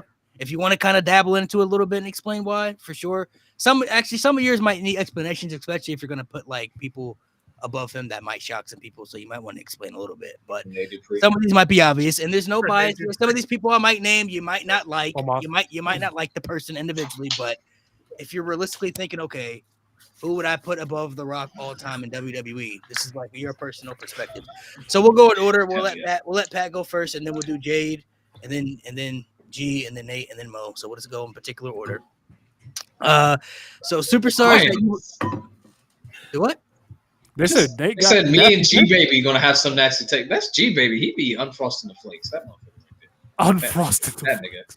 Hey, in the words of I don't know everybody. I don't know everybody's ranking. So Hey, look, yeah. In the words of my homie Will Gray, we don't yuck anybody's yum. All right, we just gonna keep it pushing. yeah, I don't know anybody's ranking where they have everybody ranked. So I'm just gonna name random people. Okay, so superstars that you would rank above The Rock. We'll start with Hulk Hogan. We'll go with Might as well get that out of the way. No, No, not even close. Not even Wait, close. I'm wait. sorry. I'm not doing this again. Not even close. You lose me. No to what? No I to don't- Hulk Hogan being I better don't than put- The Rock. yeah, I'm not. so putting you Hogan have over the you have Rock. Rock over Hogan. I have Rock over Yes. Hogan. Yeah. Okay. Are we Unbiased. if we're doing Yeah. a bias, I'm putting Hulk Hogan over him. I'm completely Yeah, unbiased. unbiasedly, Hogan is on my Mount Rushmore. Unbiased. Yeah, Unbiased. Yeah, unbiased. unbiased. So, Yeah. so no, he's not. I mean, yes, he's over Rock. Yes. I've made my Yeah, explanations he's for over. Hulk Hogan. I mean everything that I say. No, Hogan is not over The Rock. Give me Hogan. Unfortunately, yes. Yeah, it's sadly, but yeah. Sad. You guys can be sad about it all you Well, want. hold I'm on. happy You I'm not- you putting Hogan over Rock or Rock over Hogan? I'm putting Hogan. They all put Hogan over Rock. Yeah, because unbiased. Yeah, the community's not gonna like you guys now. I'm completely Turn your unbiased. backs. Cancel all three of them. All three. The next one. Stone Cold. Steve Austin. Over the Rock, yes. Yeah, I have Stone Cold at number 4. I have The Rock at like 11 or 12. So yeah, I've got Stone Cold over The Rock by a good bit. Wow. It's about to get nasty. I told you guys. And they said I was gonna get nasty. I was about to say, Jeez, Brandon, face, bro. you want to take that back? You want to take that back? Right. Oh That's- yeah, oh, wow. Stone Cold over the Rock. Yes. even top yes, 10. absolutely. I don't even think it's close. Randy Orton. No, not over the Rock. I think on my top This 40 is Jake. that I did. I think if I'm remembering right, I think I had The Rock and Randy sort of in the same neighborhood. I think they were separated by a few. I would put The Rock over Randy. Yeah, I'd put The Rock over Randy. Yeah, the Rock is over. If Rock's not top 10 on your list, where is Randy Orton? That's what I'm saying. Like I said, Yeah. The Rock is 11 or 12, and I think I've got Randy like 13 or 14. They're literally, they're right there. I mean, I got Randy. I mean, Wow. you did get to watch Bruno Sammartino and them guys, so I Wow. He did have Kofi Kingston over Triple H, so I I mean, did. That's kind of crazy. yeah, that's crazy. That Oh, was- I'm putting. never get over that. I'm putting The Rock over Randy Orton. Okay. Yeah, Rock over Randy. Rock over Randy. Rock over Randy. Yep. John Cena. No. No, Wait, no what? I'm not putting The Rock. Not I'm over Rock. saying- Oh, okay. Okay. Oh, I was like, what? If I say, Yeah. I don't know how you guys are doing it. If I say no, that means whoever he said is better. Like I'm not taking The Rock over that person. Oh, Yeah, okay. that's Okay. good. Okay. Yeah. Got it. Okay, so we'll just restart then. I'll say John Cena again. You could just say Cena over I'll Rock. just or say, however you okay, wanna that's say it. fine. So, Yeah, I Yeah, take so yeah, Cena. Cena over the Rock. to be clear for everybody, John Cena. Yeah, John Cena. Yeah, John Cena. Cena. Absolutely. That's the GOAT. Cena. Okay. Shawn Michaels. Shawn Michaels, fucking far and away. I've got Michael's 2 or 3 on my list. Yeah, well over the Rock. Yeah, HBK. Absolutely over the Rock. Absolutely. Sean Clears. Victor, why would you do it that way? Triple H. Triple H. No, it's the Rock. Yeah, I'm putting the Rock. The Rock. The Y'all know how I Rock feel. by one. The Rock by one. I think So for we me, got it was one probably Triple like H. 18. So we had one Triple H, one Rock. Okay. 8. It's What'd he say? crazy. He said he got the Rock Triple by On my 18. top 40, I'm pretty sure, yeah, because the Rock was like 11 or 12, and I didn't have Triple H on my Triple H list. not even top 30, so that's even wild. That's insane. That's definitely nasty word for sure. So we'll name a couple more. What about Bret Hart? We're down by Brett. Go to hell. I ain't gonna lie. Go to hell. Wait, Pat, what'd you say? He said Bret. Hell no. Mo, this your counterpart. I'm somewhere in the middle. I think Brett is a little bit overrated. I'd probably slightly take The Rock over Brett. Slightly. This is not a clear nigga. Fuck Like outta again, here. The Rock was number 11 or 12. I think Brett might have been like 15 or 16.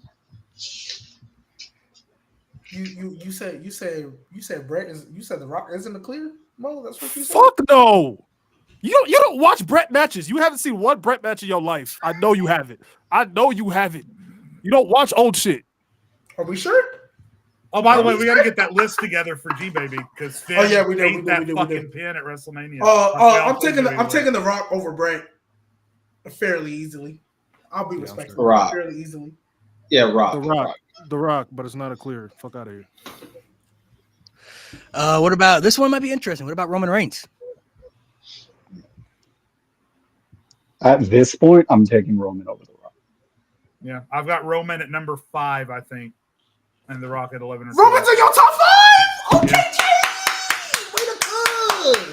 Way to cook. But I'm taking Roman. He's not in my top 5, but I'm taking Roman for sure. Rock. What the fuck? Hard disagree. There you go. Thanks. Okay, so since we Roman got a would lot of never be Roman, top 5 in my book. Sorry. since we got a lot You of still got the Roman- Rock top 5? Oh, No. we already moved past that. Since we got Roman, what about Seth Rollins? No. Oh shit. Woo, I love this. Yeah, I'm taking Seth. For me, Seth is working his I don't way hate up. Seth is working his way up the list. I think I had him in the like early 30s on my top 40. He's working his way up the list though, but he's not there yet. Yeah, I still got Rock over Seth. Now Seth can change it. But Seth's right clear now, This in year. ring. This Well, year? if you- I'm about to say if this story cooked, Maybe. hey, Seth can change it. Honestly, Seth can change hey, I got Rock right now, but after next year's WrestleMania, this time next year, Hey, it might change. we might be Nate. saying It might change. Seth over Rock. I ain't gonna lie. It might change. Nate. might especially if he change. gets that title back from Jey Uso and holds it for a good long while, that Bro, might I'm change. honestly, And then even that payoff if he- versus Braun Breaker. I'm about to say, even if he don't get the title, if he just give me peak storytelling with this, you might argue. Bro, yeah. after that Roman match, he's gonna scratch. Yeah. it. After that Roman match. This might be. No, I'm not gonna say it yet. Yeah. I'm not Go ahead, gonna Mo. say it yet. Rock. So we'll do a couple more. What about Batista? I want to see how nasty y'all get. No, not that. I'm taking the Rock. I love didn't even have Batista on my top 30 or 40. I don't. So no. Yeah. Batista. No, I'm taking the Rock. That one's a bit He's a wild. power He's bomb. not Batista. Not even top. A He's honestly not even bomb. top Hey, He's a power 25. bomb merchant. Hey. He's not a powerbomb motion. Let's relax. Yeah. He Powerbomb could merchant is go. crazy. He can wrestle. He Powerbomb was merchant is crazy. pretty damn good promo. He had good character work. But He's all honestly, right. compared to all the other greats, he's not. I don't think he's top. Hey. He Honestly. better than. If he would have stuck around Hollywood. after 2010, what? I might agree Better with than that. the Rock If he Hollywood. had more longevity, I might have. Yeah, if he would have higher, but- because honestly, you look at it, his peak was like what? his like ultimate peak was probably like 05, 07. Yeah. Like 08 kind of dipped, but then he came back in 2010, and then like he left, and then he came back, And he and also he left missed again. some time in the middle of that peak. Like he missed WrestleMania Yeah. 22. So I mean, Yeah. So I mean, if he would have stayed after 2010, no, granted, he went to Hollywood and lived out his dream. He always wanted to be an actor. That's great for him. Love that. I love that for Batista. He's doing great. right. But if he would have stayed, yeah, he definitely would have been probably top 15, maybe even top 10. Who knows? I could, if he I would could have see stayed. that. So what was everybody But answer no. again? Pat, you said That's Rock. the No. Rock. That's the Rock. Rock, Yeah, it's The Rock. Yeah, Rock. For not sure. the same stratosphere. What about Brock Lesnar? The Rock. Yeah, I'm The Rock by I think I had Brock Lesnar at like 2021. So yeah, I've got The Rock. Okay. Oh my god. Oh, this is a conversation that Loki needs to be had, but I'm gonna say The Rock for now. Huh? I'm gonna say The Rock for now. But this is what I'll say though. This is what I'll say. Please piss me off, please. So I can Brock tear into Lesnar? Brock Lesnar. Brock Please, Lesnar? please Brock piss me off so I Lesnar? can tear into Brock. One of the most overrated superstars of all time. Let's talk about it. The amount of mid that Aren't man you has a Brett produced. fan? Aren't you a Brett fan? He has great matches and great storyline. So that's what Brock does not have. Brock Lesnar don't have great matches. He has way more mid than Bret Hart. What the fuck? Way more fucking mid. Y'all better piss me That's not off. what you said. That's not what you said though. I said he has a lot of fucking mid. Hey, I've Brock never Lesnar- heard Mo's Bret Hart voice got some reach man, that too. peak. I think he just crashed out for the first time. I think that was Mo's first crash. Y'all about to piss me off with this crashed out. Brock Lesnar shit. Y'all about to piss me off with this Brock Lesnar shit. Mo, I got you, Mo. And I love Brett, Brock, what but y'all the about fuck? to piss me the fuck off. Y'all about to piss me the fuck off. If Brock Lesnar has is no not top in- 10 case at all. None. if- None. if Let's Brock talk Lesnar about it. is not in None. match, None. the current Brock Lesnar angle has of no Brock top 10 Lesnar case does not have whatsoever. What top 10K? None. No. No. None. Crazy. Zero. That's Zero. crazy. No. Y'all only no. Hold on. Y'all only use That's actually that. crazy. No. Hold on. Y'all only use that those 2 years and then forget the amount of bullshit he produced in the 2010s. The amount of absolute heresy he produced in the 2010s. Hey, Fuck that. Hey, last time I Fuck checked, that. And last time I checked, we accolades. got- This is a scripted sport. Fuck out of here. Fuck out of here. He has Hey. no top 10 case. Fuck that. It was pretty bad in 20. It was pretty bad. Hey, Bad. They're Bad. hey, last time I checked, Oh. we got Brock Lesnar versus Daniel Bryan in the 2010s, right? Oh, you know what happened before that? WrestleMania 34. Fuck out of here. Fuck out of here. Hey, Fuck outta here. hey, Fuck outta Hey, here. we Fuck outta also here. had Fuck outta hey, here. we also Fuck had outta here. WrestleMania 31. No. We had WrestleMania 31. Fantastic. He had a Then we good got 2 year WrestleMania stretch. 31. Fantastic. He had a good 2 year stretch. What happened for 504 days? 504 days of bullshit. Hey, Voice not goes every up single like one of those Sabu. matches were bad. Not every single one of them. No, that Fatal 4 Hey. was great. Oh, the Fatal 4-Way, the Triple Threat match. We got AJ Styles. We out are of it, not and we caping for got the reign of Daniel terror Bryan right now. over there. We are not caping for the reign of terror right now. I know we're not. All I know said we're was- not. All I said was all of those matches. It's weren't still bad. a lot of bullshit. A broken clock strikes twice a day. Fuck don't out of here. Brock Lesnar always be cooking at SummerSlam though? Hey, wasn't he dubbed like Mr. SummerSlam for a minute? Oh yeah, Brock Roman at SummerSlam 2018 was fantastic. Yeah. You looking at one thing? What It about wasn't Brock CM terrible. Punk? What about Brock CM Punk? Oh, let's talk about Brock and Undertaker in 2015. Brock and Randy Orton in 2016. That wasn't bad. You act like that was bad. In 2015? Not bad at all. That's probably one of the best things they had that entire year. Word. No, the Hell in a Cell match clear. The Hell in a Cell match was really, really good. But Well, yeah, other than that was 2015. Was that not? We're talking about SummerSlam. We're talking about Oh, SummerSlam. That shit was That match was mid. cool. This SummerSlam match was cool. All right, I'll give you cool. Fine, whatever. It was okay. I was just asking a question. Randy Orton Cena match match? disappointed. The Randy Orton match Cena disappointed. the running match was Like crazy. That was one of my dream matches. He That shit literally sucked. ended the streak and killed Super Cena in the same year. Oh, one thing that shouldn't have happened. Okay, and that was good. The Cena. Okay, great. So 2 years, you did some good shit. Then from 2018 to like 2023 Hey, or 2017, hey, excuse me, hey. to 2023. Hey, let me ask a question. That man a do-rag. Let me ask you a question. So you telling me the Brock Lesnar Goldberg feud wasn't good? Oh, when they No. ruined Kevin Owens' momentum for no reason. Collateral damage. I'm not. Was the feud good? Collateral damage. You Oh, need damn, to that's stop crazy. playing Devil's advocate for the That's stupidest crazy. shit. Please. I mean, don't get me wrong. Collateral damage is actually. I mean, but was the The feud feud was collateral between damage Brock? Was the feud between Brock and Goldberg good though? No, it was not. It was okay. It was cool. It was It was good. good. It was I'll good. give you good. I'll give you good. It was good I until, like they, it. until they it. inserted the Universal title. That's when No. they Yeah, Right, yeah. right. They didn't need the title. They didn't need the title. Yeah, and I can agree with that. Everybody agreed. Everybody thinks that feud was good because of the huge moment of of Goldberg squashing Brock to restart that feud. The rest of it, the second match they had was subpar at best. The storytelling was Because good. Was it Goldberg not? can't- Not the That WrestleMania feud match. had about six minutes of good stuff between the Hey, they Rumble, said I'm hating. Survivor Series, and Mania. They said I'm hating, but they're not proving me wrong though. That A Mania lot match of was men in good. 2010s. They There did. was a lot of men They in win 2010s. like 100 miles per hour for like what 5 minutes. That's all they need to do. It I think it should have been for the what it title. needed to be. We didn't need a WrestleMania 20. Yeah. We didn't. Yeah, no, they didn't need to go more than like 5 minutes, whatever they did. But to I go was talking back, about They had a good hold on, match. to go back, do we have Brock Lesnar over The Rock? That's the question. No. Fuck no. Oh, No. I said No. The Rock. I said The Rock. Okay, moving I on, had moving on. Lesnar at like number 20. Yeah, let's move on because I Moving could on, really moving on. dive into I'm this. gonna name- I could I'm gonna name a really couple dive more. into this. I'm gonna name a couple more. CM Malika Punk. loves this.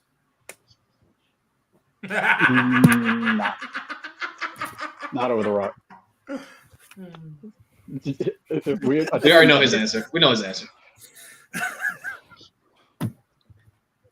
That was a question. The Rock. You want to elaborate, Jade? They got The Rock. No, I don't.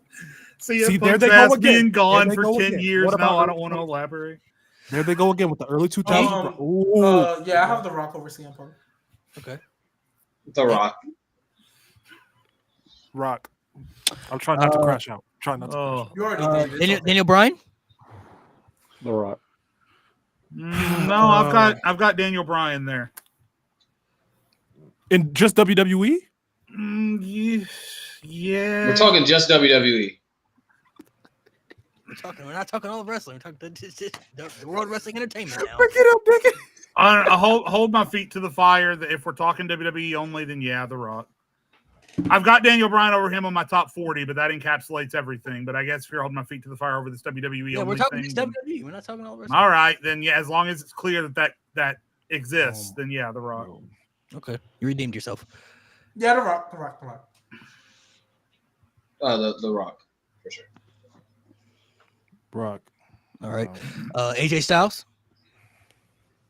Are we just doing AJ and WWE? It's WWE. Obviously. AJ Okay, WWE then yeah, not The even Rock. over. AJ could have been top 5 TNA and top 5 WWE independently of each other if they would have just let him cook and kept him in the main event. But because of that streak that he went through where he was stuck in tag teams and middling mid-card feuds, no, he never made it quite to that level in WWE. So no, it's The Rock.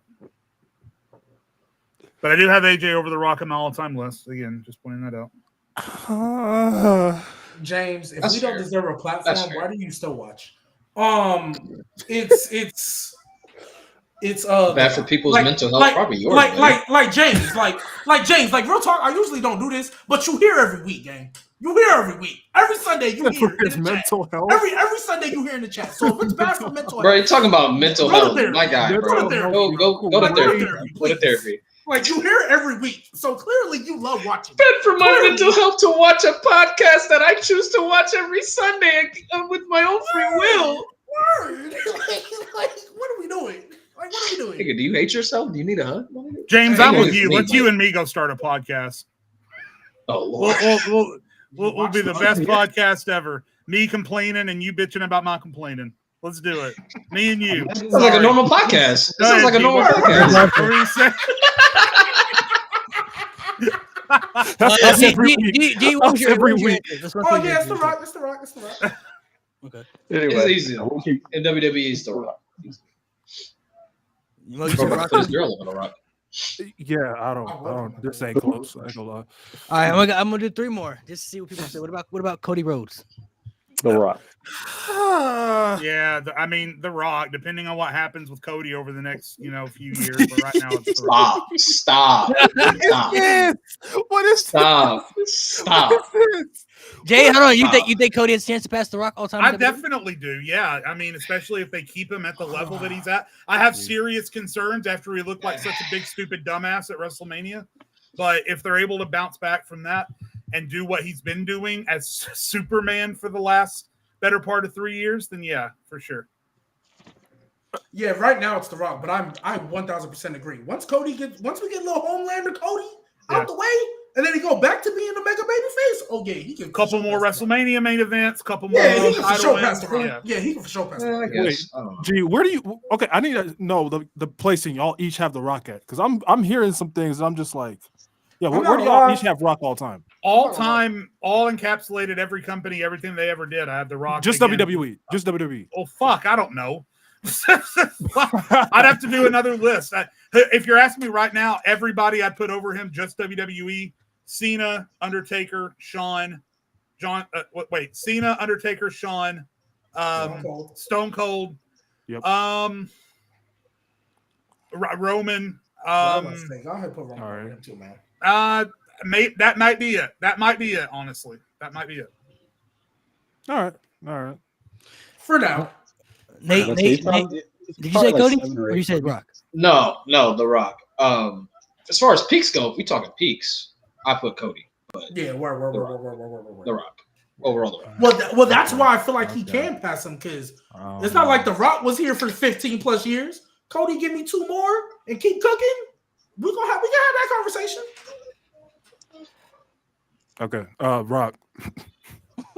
Is that crazy, Mo? You love longevity. You a longevity No, merchant. you made a good point. No, you made a good point. I was thinking about another Oh, point okay, y'all made okay, before. okay, I'm just. You still thinking about Rock? What about this one might be these next two might be interesting. What about Chris Jericho? man. In WWE, In Yeah, WWE only. I still got to. I I got to was like, give. nigga, fighting with Brett right now in WWE. I'm still getting into The Rock. WWE. You say that's a bad thing, bro. What you- Again, Stop Jericho it. could Stop have it. surpassed The Rock if they'd just let him cook in the 2000s, but I'll give you that. no. Yeah, it's The Rock. It's The Rock. It's easily The Rock. Easily. Too much time away, too unreliable. Booking was too inconsistent. And I'm not gonna lie, Chris Jericho legacy keeps I agree falling with- down that's the the thing. longer he wrestled in AEW. That legacy keeps falling down. I don't What about Kurt Angle? No, The not Rock. WWE only. The Rock. The Rock. Again, I've got The Kurt Rock. Angle at like number 9, everything included, but WWE only, no, it's still The Rock. Rock. This next two are gonna be. I think we'll say Akira Tozawa. What about? Let's get the easy one out of it. Undertaker. Yeah. Taker. Yeah, Taker. Yes. Take it clears. Taker clears. What about Edge? No. I knew that name was coming up. Gee, stop, Gee, stop, I knew that name was Stop. coming up. stop. Last Sounds one. like What about Edge the good old clears rated the- R superstar? Woo! I knew that name was coming up. I was waiting for it. That's why I pulled out the picture. I thought it was coming sooner. Are we thinking about this? Yeah, I am. Yeah. You might have to, gang. This is another one. We talking WWE. Yeah, that but man is responsible it's for the revolutionizing this match. it's I'm it's just the saying. it's the what But you don't give Jeff Hardy that point. You know what? Never mind. Jeff Hardy doesn't have the singles run that Edge does. Don't do that. Don't do that. That's not Don't what I do said. that. That's not what I said. That's not what I said. You That's said- not what I said. you- That's not what I said. That's but not what I said. That's not what I telling said. you, I'm telling you what the said. difference is. Well, You lie, said that's not what I said. You said I don't give Jeff Hardy that point. I said You I don't. do give him In that general, point, you don't. But no, I do give him that credit. But when I rank him, I don't put him high because You his mean I singles run is not You on the mean I level of bro. It's not on the level. Duh. But that's why Edge is in this Edge was gone for combo. 9 years though. They said Edge was gone for 9 years though. yeah. I don't listen, care about those 9 years. I hate that argument so much. I hate that. Well, too If he bad. was- I'm if- using if- When it. he came back, Yeah, I was gonna say. had Well, 13 I have The Rock. I have The Rock over him. No, so but let if everybody he- go first. Pat didn't. He was thinking about it. Pat, you got Yeah. Edge or Rock.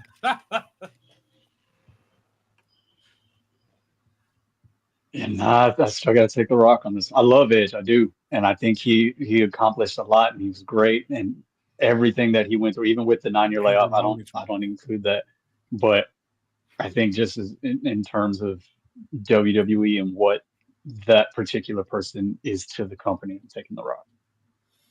It's closer than a lot of people think because you have to include Edge's tag team success in it as well. But Mo doesn't like it. I don't give a shit. If Edge had been able to wrestle that 9 years, get a few more main events under his belt, get a few more titles under his belt, even if the comeback had been better than it was, because the comeback, in my opinion, ended up being so disastrous because he ran into COVID, which isn't his fault. And then he had the Judgment Day story, which went on for 6.5 fucking years, it felt like. The comeback was so disappointing to me. If the comeback had been better, even, he might have been able to surpass The Rock. But based on the 9-year absence and the comeback being what it was, I still got The Rock over Edge, yeah. Hey, but Jay, think about it, though. Is he not the catalyst for one of the most over heels in WWE right now, Dominic Mysterio? Is he not the catalyst for that? Come on. Yeah. He's elevating people, man. When The Rock elevate niggas like that, if I man. use that for Bret Hart, though. Bret Hart elevated Stone Cold Steve Austin. You're right. He did. And Sean. Sure. And his brother. What you mean, sure? Oh, wow. We're going to do that, G. Who are you taking? I'm with Jay. It's 1,000% closer than people actually want to have. The conversation people actually want to have, because I do take it Edge's tag team, but I'll give it to The Rock for now. You know, better single story peak. I'll give it to The Rock. I don't want to. I'll give it, and it's a lot closer. I'll give it to The Rock, even though Edge does have the complete package. That absence really hurt. If he would have done more in that time, like before he left, like we'd probably be talking something different, because who knows what he could have been doing today. Right. Would he still be retired? Would he still? I mean, because look at Christian. Even though he took some time off, he's still going. Yeah. You know, more than Edge at a certain point. So you never know. He probably still will be around, but his career went out with such a whimper too, because his last few feuds were with a pre-Money in the Bank Dolph Ziggler that was together with Vicky Guerrero, Alberto Del Rio. No, it didn't. Because his career went out with a whimper. No, I'm just saying the story sucked because it was all based around Vicky Guerrero. If Edge and Dolph would have been allowed to go in there and cook, but they weren't because they were too focused on, Edge can't use the spear, and Vicky's the special guest referee, and I'm taking the title off you and putting it on Dolph because he's my lover boy. Like, fuck all that. It could have been good. It wasn't. Hated that. No. As the resident Edge Glazer, I'm going with The Rock. All right. No, listen, hey, chat, you kind of clicking right now, Kieran and everybody else in chat who's supporting I completely agree that the Judgment Day as a whole helped launch successful runs for Finn Balor, Rhea Ripley, Damian Priest. Well, maybe not Finn Balor, but Damian Priest, Dominic Mysterio. But Dom, Priest, and Rhea, yes, all got more successful because of the Judgment Day. That doesn't change the fact that rivalry went on for 10 decades. Way too long. It went on for way too long. And the wrong guy won. Demon at WrestleMania. That whole thing. I was about to say he literally killed the Demon. Yeah.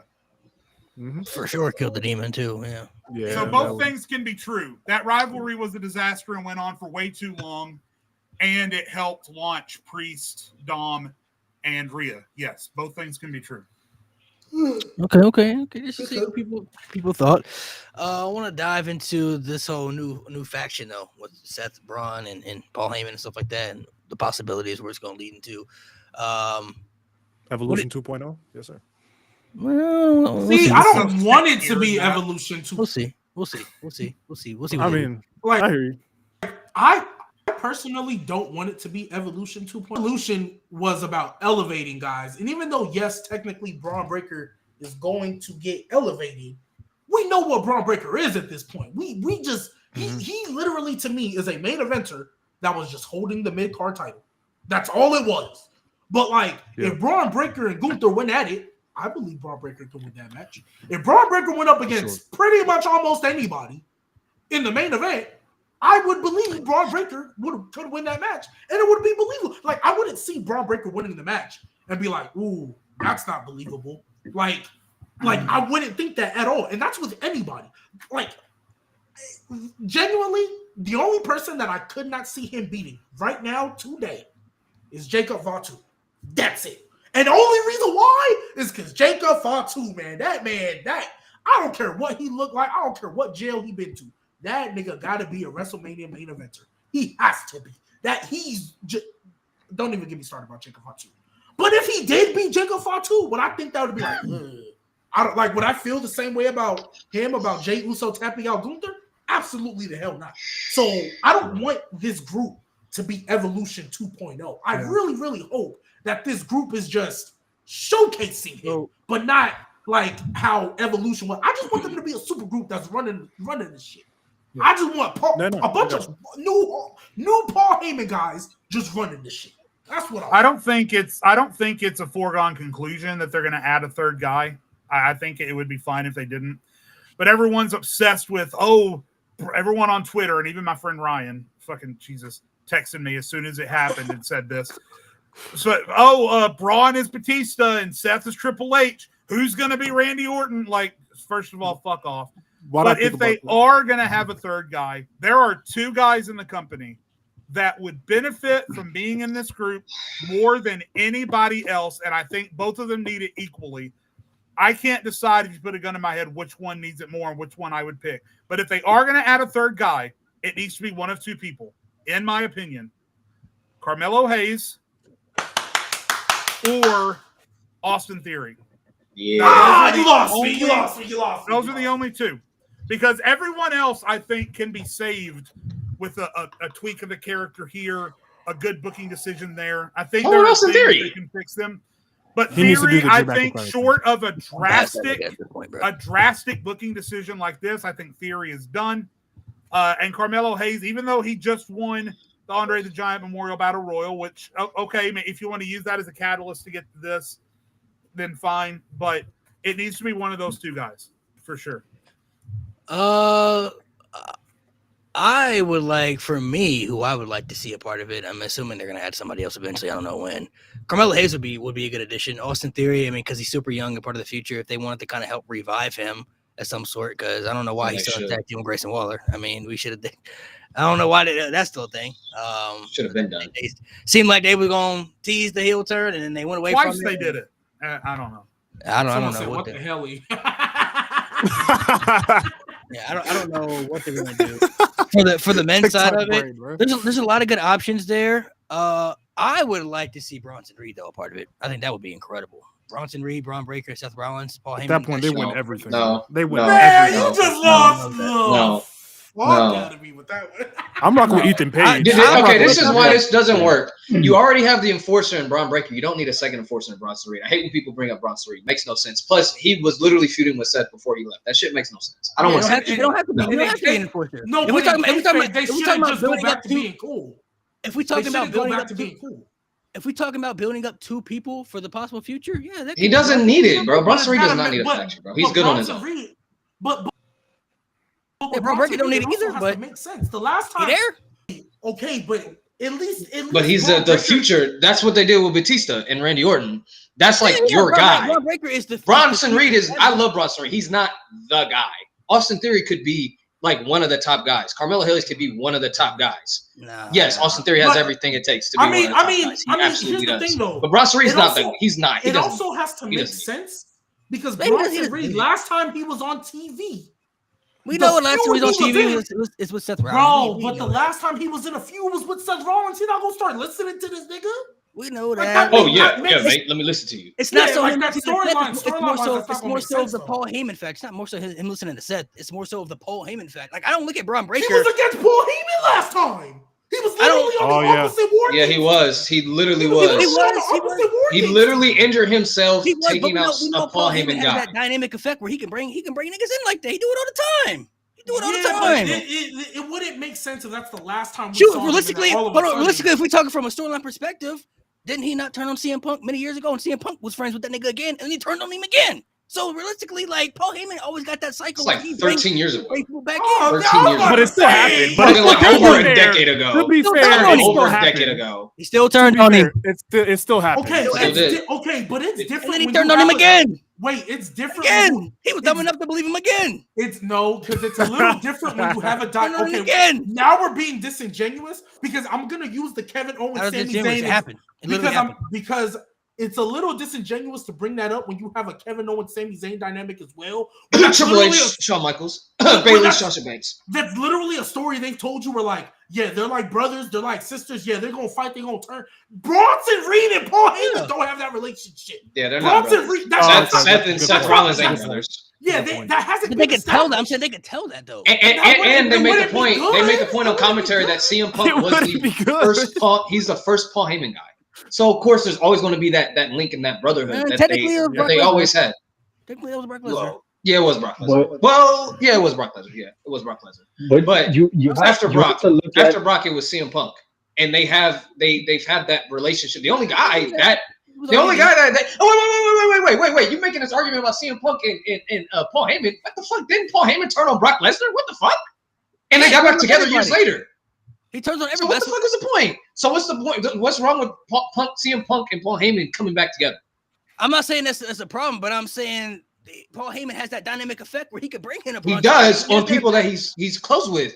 He's not close with Bronson Reed. Yeah, he's not close It's with not Bronson about At him. all.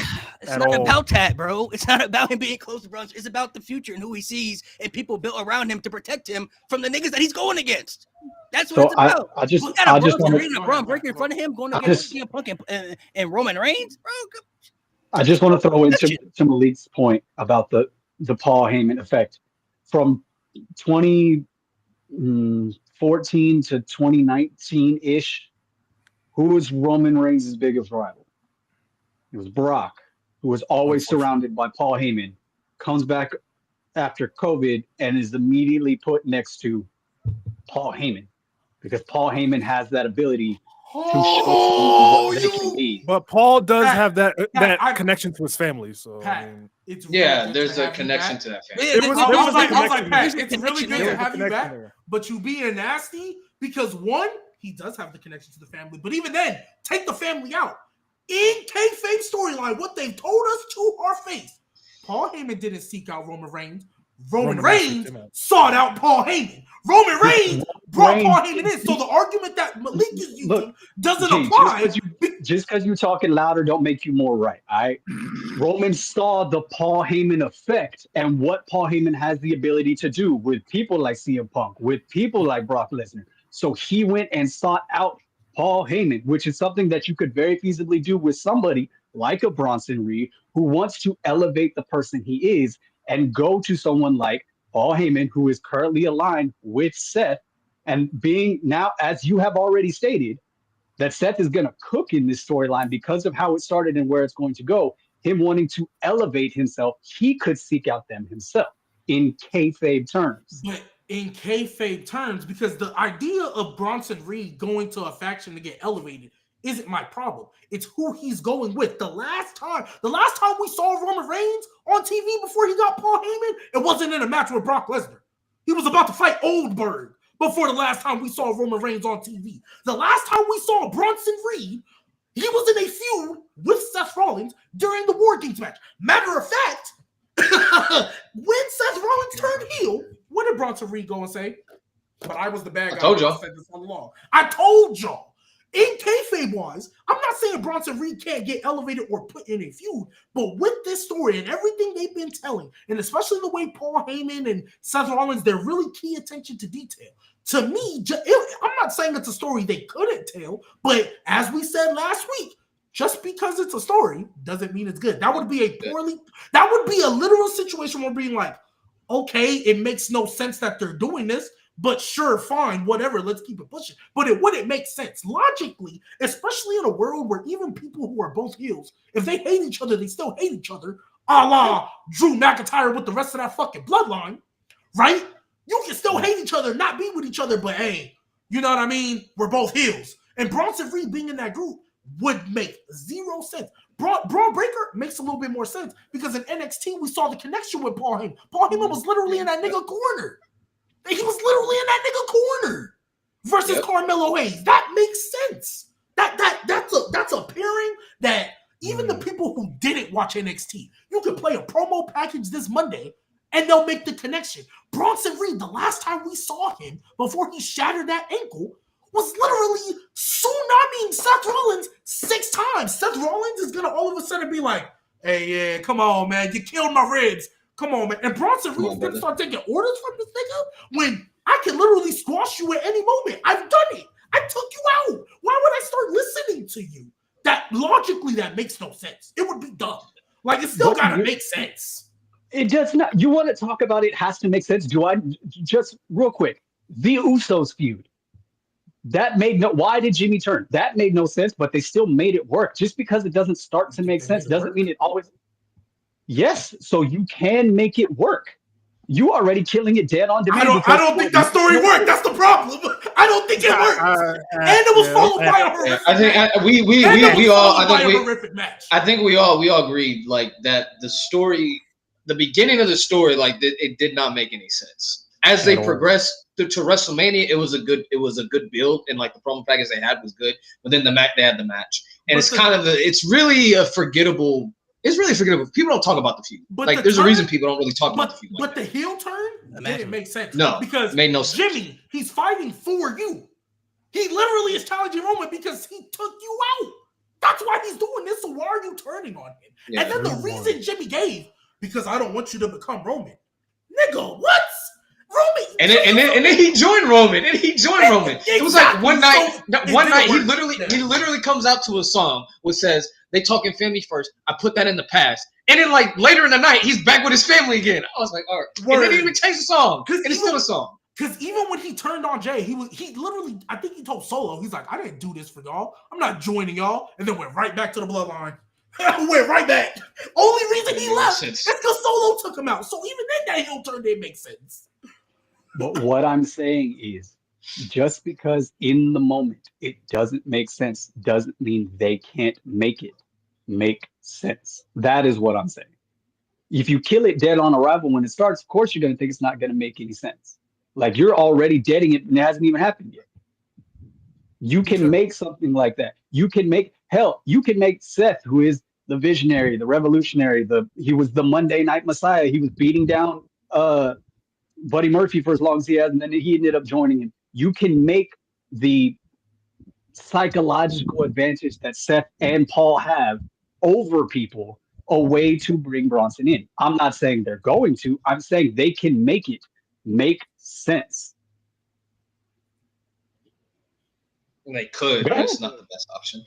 It's really not. It's really not the best option. At that point, I feel like you're really kind of reaching. It's like, damn. I feel like you'd be doing. I feel like that writing room would be doing jumping jacks with hula hoops, trying to figure out how to make this story make sense. When there's like I'm not gonna lie, screw the third man.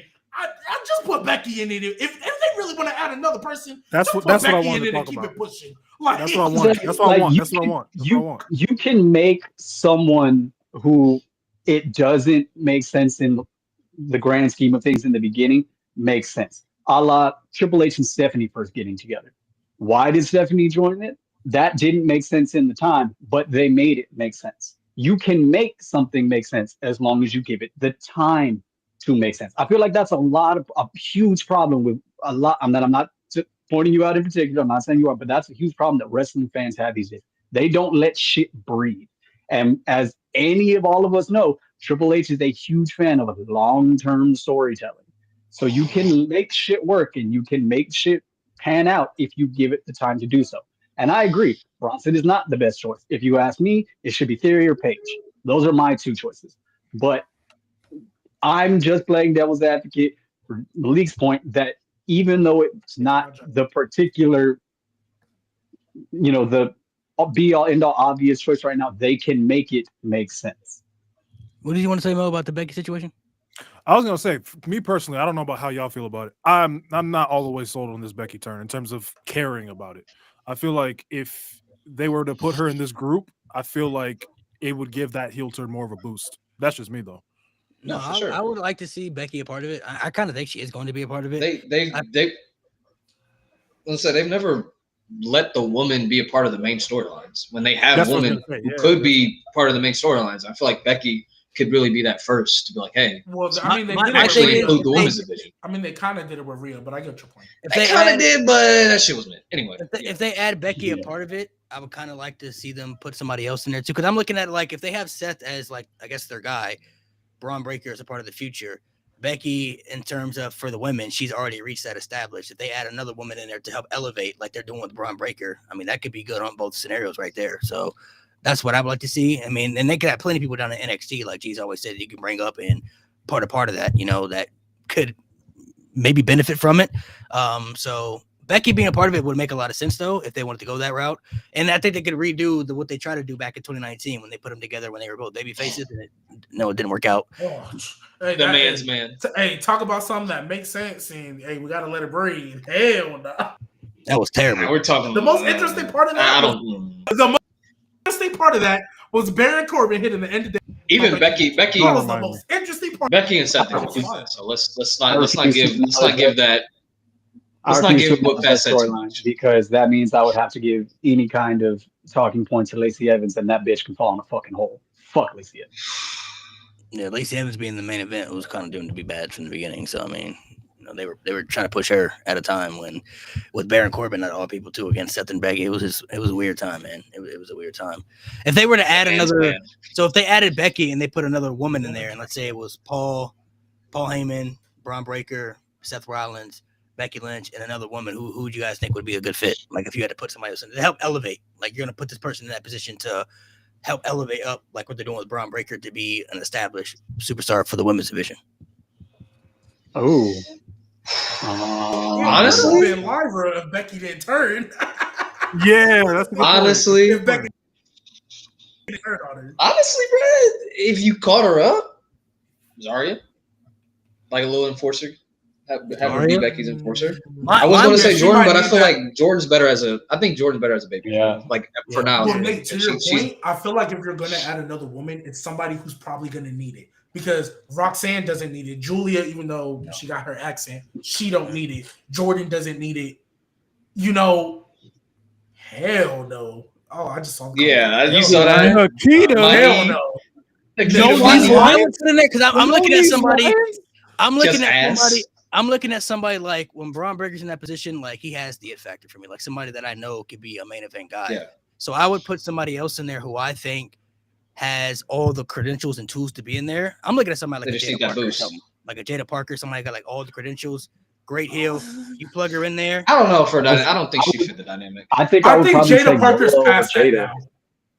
I think Jada Parker's past that now. Like, I think she can literally come in and maybe not have the immediate push, but she can be your next Bianca Belair, but the heel version that we thought we were going to get.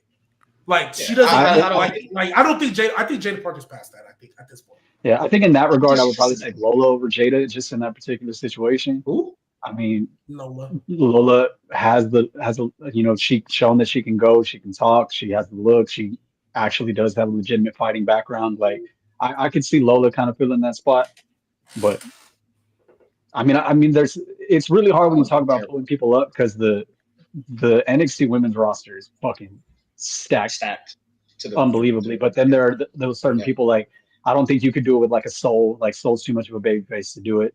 Yeah. Thea's too small and hasn't established herself that much yet. So there are some candidates there, but then you have to look at other aspects of things like that. But like I said, I could see somebody like Lola, maybe even what the hell's her name? Dame? Izzy? Dame? Is that her name? Oh, is Yeah. he Dane? Yeah. I haven't seen Right. enough from her. Izzy Day might. I haven't seen enough from her, but I'm not mad. And she dating That Braun wouldn't be Breaker. bad. She's Yeah. not ready to move up yet, but she's. I wouldn't mind No. pulling in someone like Shayna. I think Shayna's been supposed to be getting a push for fucking ever, but she's kind of dead on arrival at any point that anything she does because she's been squashed to all dog water at this fucking point, and it pisses me off Yeah. because Yeah, she. I'm not gonna lie. it's- As Shayna. Shayna's number one bro. fan for the longest. Bro, the Pure Fusion Collective. Yeah, nah, bro. Bro, they need to it's go. over. They Let need to it go to go. AEW. They need to you go hating to on the stud line though? Come on. Stud line, man. Stud line is crazy. They could have had chances to push Shayna after she beat Ronda Rousey, but they never capitalized on that. They didn't have to Yeah. do that. Like, Yeah. even though the match was bad, like she choked out Oh. Ronda Rousey. Like they coulda Izzy easily- does date Braun, huh? Yeah, Izzy is dating. But if Braun. you had Becky too, that's just two power couples. I don't want Yeah. Yeah, no. Like that's OD. That's OD at that point. Because then eventually we're gonna get the mixed gender tag match that they're. Ew, someone said Shotzi, bro. Why? Why would you put her in this Nah. situation? Unyeast in the bread, bro. Watch out. Shotzi Blackheart. Yeah, I'm sure. Yeah, I like. I mean, I'm looking at somebody Kevin that James? you put up to the next scene, bro. So I mean, it's got to be Just naming somebody that fits people that now. that fits that bill that you could see as like a next main eventer for that particular division, whether it's the men or the women's division. So You know what I would love to see? Low key. Like if they're gonna have Becky lead somebody or be Be the on leader us. of somebody. Honestly, what if she led this new NXT women's division? Like she just brought people up instead. And she ran the women's division with them. Like brought up a couple heels. And it ain't gotta be a full 7, because I don't think 7 was ever gonna work. But she can have a little 3-woman, 4-woman group and just run it, like if she really wanted to. I wouldn't mind that low key. I think that would actually be pretty fire. If she Becky ran leading this the group? little, yeah, if she ran the group instead of just like bringing up 4. No. Because you know me, I've been pushing a female Nexus for the longest. Like you got the roster, just That's call what them up that's and what I have thought them. we were getting. That's what I thought we were getting on Monday when Roxanne first came out. Now it was only And 2 of then them, so I was Rhea- like, nah. Yeah, but then Rhea popped up. I'm like, all right, bro. Here we go. They can still do something with that though. Because that was kind of surprising to me. Like, whoa, they got all these people up here already. Like, this is Yeah. okay. Well, Roxanne been up there. I knew that was coming. Okay. Julia, I'm now not she's surprised doing either. good. Julia, I no, We'll was see. expecting- We'll see when they get this draft going. Yeah, the draft gonna tell a lot. Yeah, because I'm not gonna lie. When they announced Fraxium on SmackDown, I'm like, wow, y'all are some assholes. Y'all hate Raw. Somebody Yeah. on Raw pissed y'all off. Because why they're not filling up that division right now, Yeah, knowing it's damn well they need it, is crazy, bro. A good Aleister visual- Black and Fraxium both debuted on SmackDown. I'm like, Wow. so y'all said fuck Netflix at this point. Netflix clearly they y'all settled on a price y'all didn't want. Cause what in the world is going on? Like, bro, something's gotta be done. Cause why is SmackDown? And they're about to go back to 2 hours? Bro, SmackDown finna be Yeah, is that for real? Are they really about to go back to 2 hours? I think so. Yeah, it wasn't supposed to be permanent. It was, I think they it said was it's supposed going to to be run until June. Till Yeah. June, yeah. Yep. What's the point? It's crazy because the main event USA, on Raw is USA, stacked, or- and then everything else is just. Yeah, because when they first moved to USA, they were like, oh well, Raw's 3 hours, so make SmackDown 3 hours too. But it doesn't Ugh. because Yeah, they got a lot of choices they could add somebody to the group. It'll probably, if I had to bet, it'll probably be like Austin Theory. If I had to really guess, I think it's gonna be somebody super young that they're gonna try to build. I don't know, man. Maybe it's just because, and it's not Austin Theory's fault per se, but I'm kind of over that shit. Like I'm over. He needs to do the Drew McIntyre thing. Leave, do your thing out there, and come back. At this point, Or maybe like I don't want to say send him to NXT because at this point he's kind of past that. But he need to like do something. I don't know. I like, yeah, maybe putting him in the group. I'm not saying it wouldn't help, but all I think of if y'all put him in the group is he's the guy taking every pin. He's the guy that's gonna get beat up while Seth and Braun run away. Like that's all I think of, and I don't want that group to be like that. I just want them to fuck niggas up. So that's why I'm kind of like, Austin Theory. I don't know. I don't know. I don't see Austin Theory making it out from that. Yeah, I don't know if Austin Theory is. I mean, I can't say he's not a good catalyst for it, but just based off how they used him over the last couple of years, I don't know, man. I mean, NXT, I don't think will be bad for him at this stage. I think they should have kept him down there when him and Grayson Waller had that match with the Obafemi.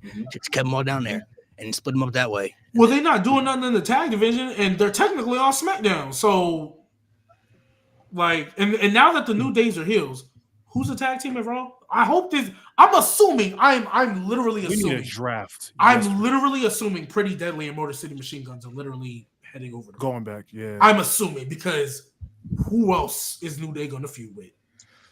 Alpha Academy? Yeah, I'm sure. Yeah, I'm sure. the guys that got squashed by Rusev. Yeah, all right. That's crazy. Yeah. Like I said, I think Theory, again, it's just one of those things that once you've been naffed beyond all recognition to try and rebuild it at this point, it's just hard to make it work. Again, I don't think it's an impossible task, but I think it can.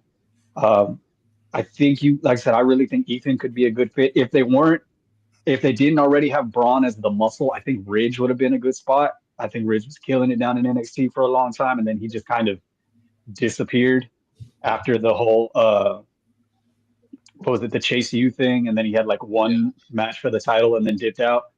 But I think Ridge really rebuilt himself back up and down in NXT. And I mean, hell, they could add a tag team. Like, who's to say it has to be one person?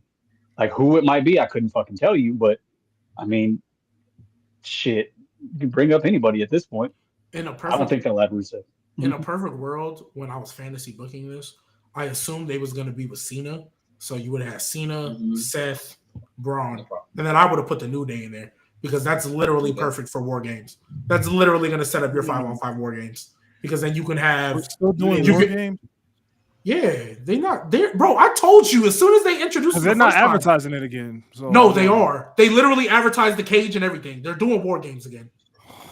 Honestly, you know what I I think know they're they're doing waiting War for? Games, bro. Bro, ever since War Games came up to the main roster, I was like, Triple H, this is literally what he wants to do. That's why War Games happened every year in NXT.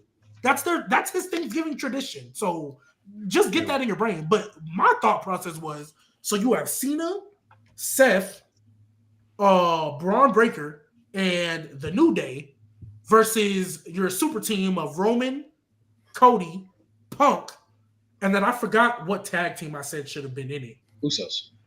Oh yeah, the Usos. That's what I said. Yeah, that's how you get your War Games match. That's what I thought they were going to do because I was like, I feel like Triple H books, like just in my opinion, the way I've seen him do it, he books to Mania and then he books to Summer. I mean, he books to War Games. Like that's what all his long-term stories pretty much hit those two peaks. So I thought, hey, look, boom, there's your 5-on-5 waiting to happen. You get every feud that's happening in there makes sense. You have the New Day Usos tie-in. Usos obviously with Roman and Cody, and then you got CM Punk there too. You run that back. Can they coexist? Even though that's played out, the can they coexist aspect is still there, and WWE loves doing that bullshit. And then you get your new super group. Like that's your War Game main event to me. You don't need a day. And I had Profits in that group, but ain't nobody gonna. Yeah, let's say I was like, yeah. I agree. It's one of those things. Like even to that point, as like what G said earlier, even if they do add Becky to that group, and if everyone's like, well, no one likes Becky anymore after what she did to Lyra and all this stuff, then she can go down and bring up all her NXT buildups, and that can be her team. Just build up a bunch of NXT stars from that against the, it's kind of like almost like the new women's nexus versus the established stars that are already on the main roster, and do that for War Games. So it's just kind of, as much as we would love to see everything kind of happen, we just kind of have to wait on it. I know we're only 2 weeks out of Mania. God, man, there's been so much fucking wrestling over the past fucking month. I'm burnt out. Everything's running in circles. Yeah, they got some options. I guess we'll probably find out more tomorrow for sure about this plan, what they're gonna do. And then real quick, just to address Deion Jenkins, and it's not really specifically towards you, but it's definitely the discourse I've heard a lot more. This War Games talk about saving for special occasions. For like 4 or 5 years, War Games was the same pay-per-view around the same time every year in NXT. And granted, not every War Games in NXT was elite. It was no less than great. Every single one cooked. And these Undisputed Era, that was like they match. Like you knew 3 things guaranteed in life: death, taxes, and Undisputed Era and War Games. Like that was their thing. And so if you want to talk about the stories leading into it, I can give you that. Because the stories haven't always been great on the main roster. But War Games being at the same time, especially for women. But War Games being at the same time every year, nobody can. If you're going to complain about anything, complain about the stories going in. But don't complain that it happens every year at the same time. Because they were doing it before it came to the main roster. Every year, you knew you were getting an Undisputed Era War Games match. What baby faces are they going against this time? That's literally what you got every year.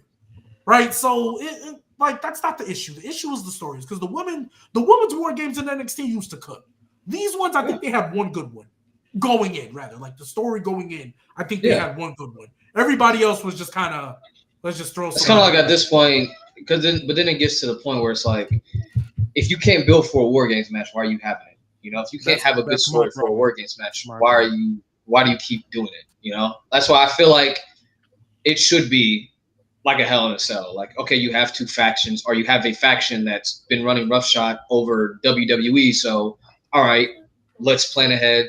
All right, we're going to have it in June rather than we have to wait all the way to November. Like, I remember they was trying to have the Pure Fusion Collective. That was supposed to be the War Games match. That's why the Women's War Games match was so, like, rushed and felt like the story wasn't there, because that was supposed to be the Pure Fusion Collection match. And so they were building towards War Games. When they realized no one cared, they pivoted to something that made no sense. But at that point, it's kind of like, just don't have it be in a War Games match. You could have had that. That could have been a regular Survivor Series match at that point.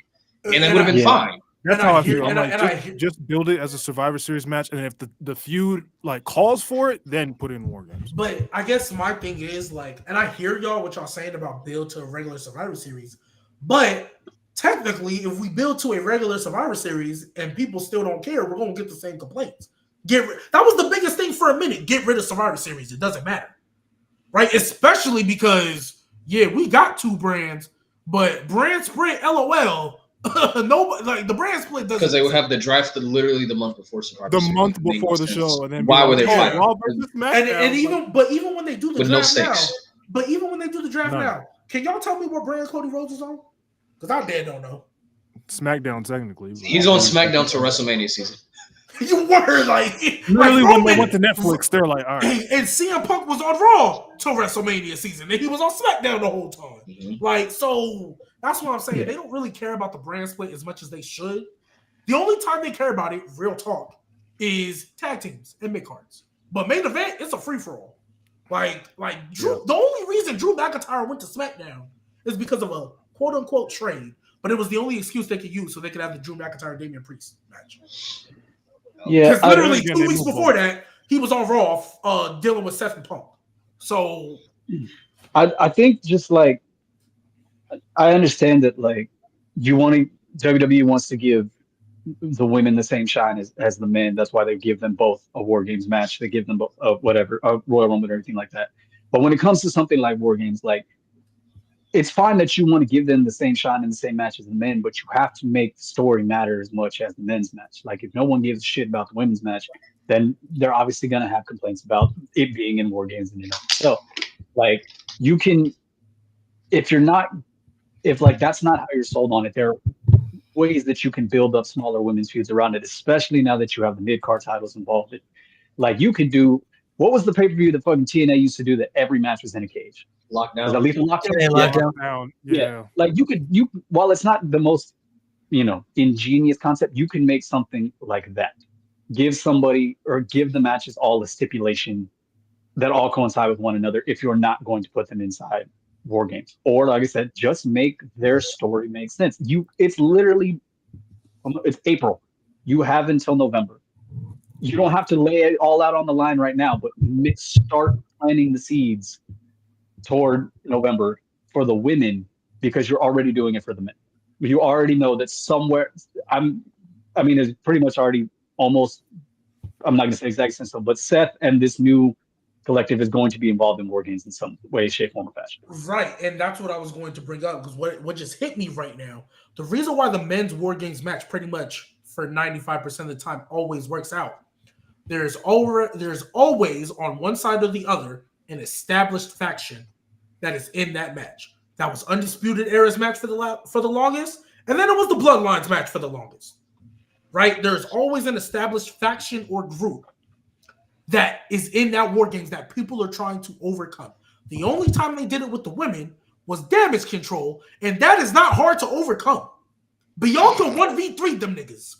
It's not hard to overcome Damage Control. Yeah.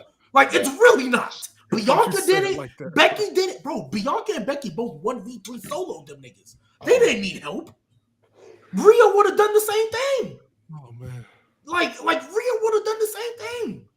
Technically, Bayley did the same thing. Technically.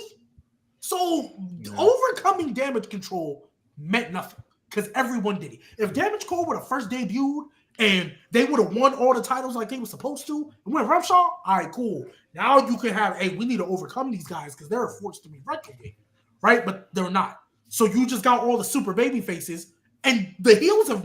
I don't think the heels have won a single women's War Games match yet, right?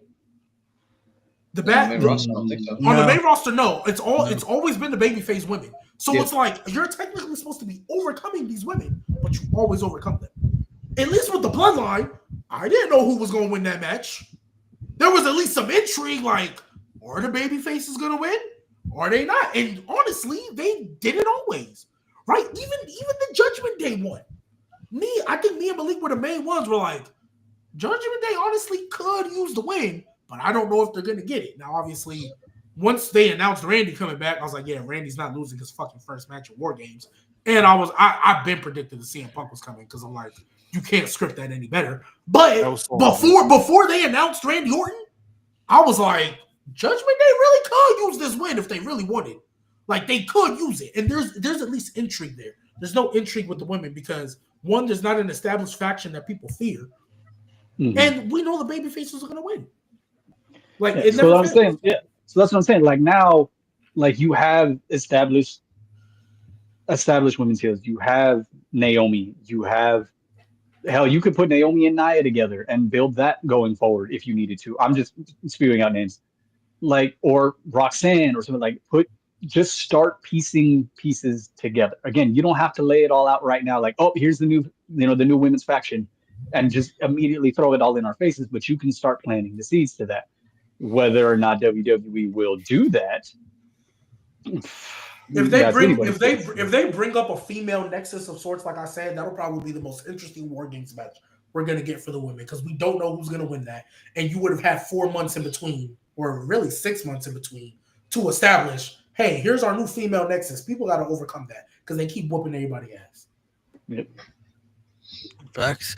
All right, fellas, we'll go ahead and sign off here. Thanks, Pat, for coming through to be a part of the pod again. We'll have you back on for sure. Thanks everybody for coming through, man. We had over 330 people in here watching, so appreciate y'all. Make sure you guys like the video, subscribe to the channel, man. We'll be back.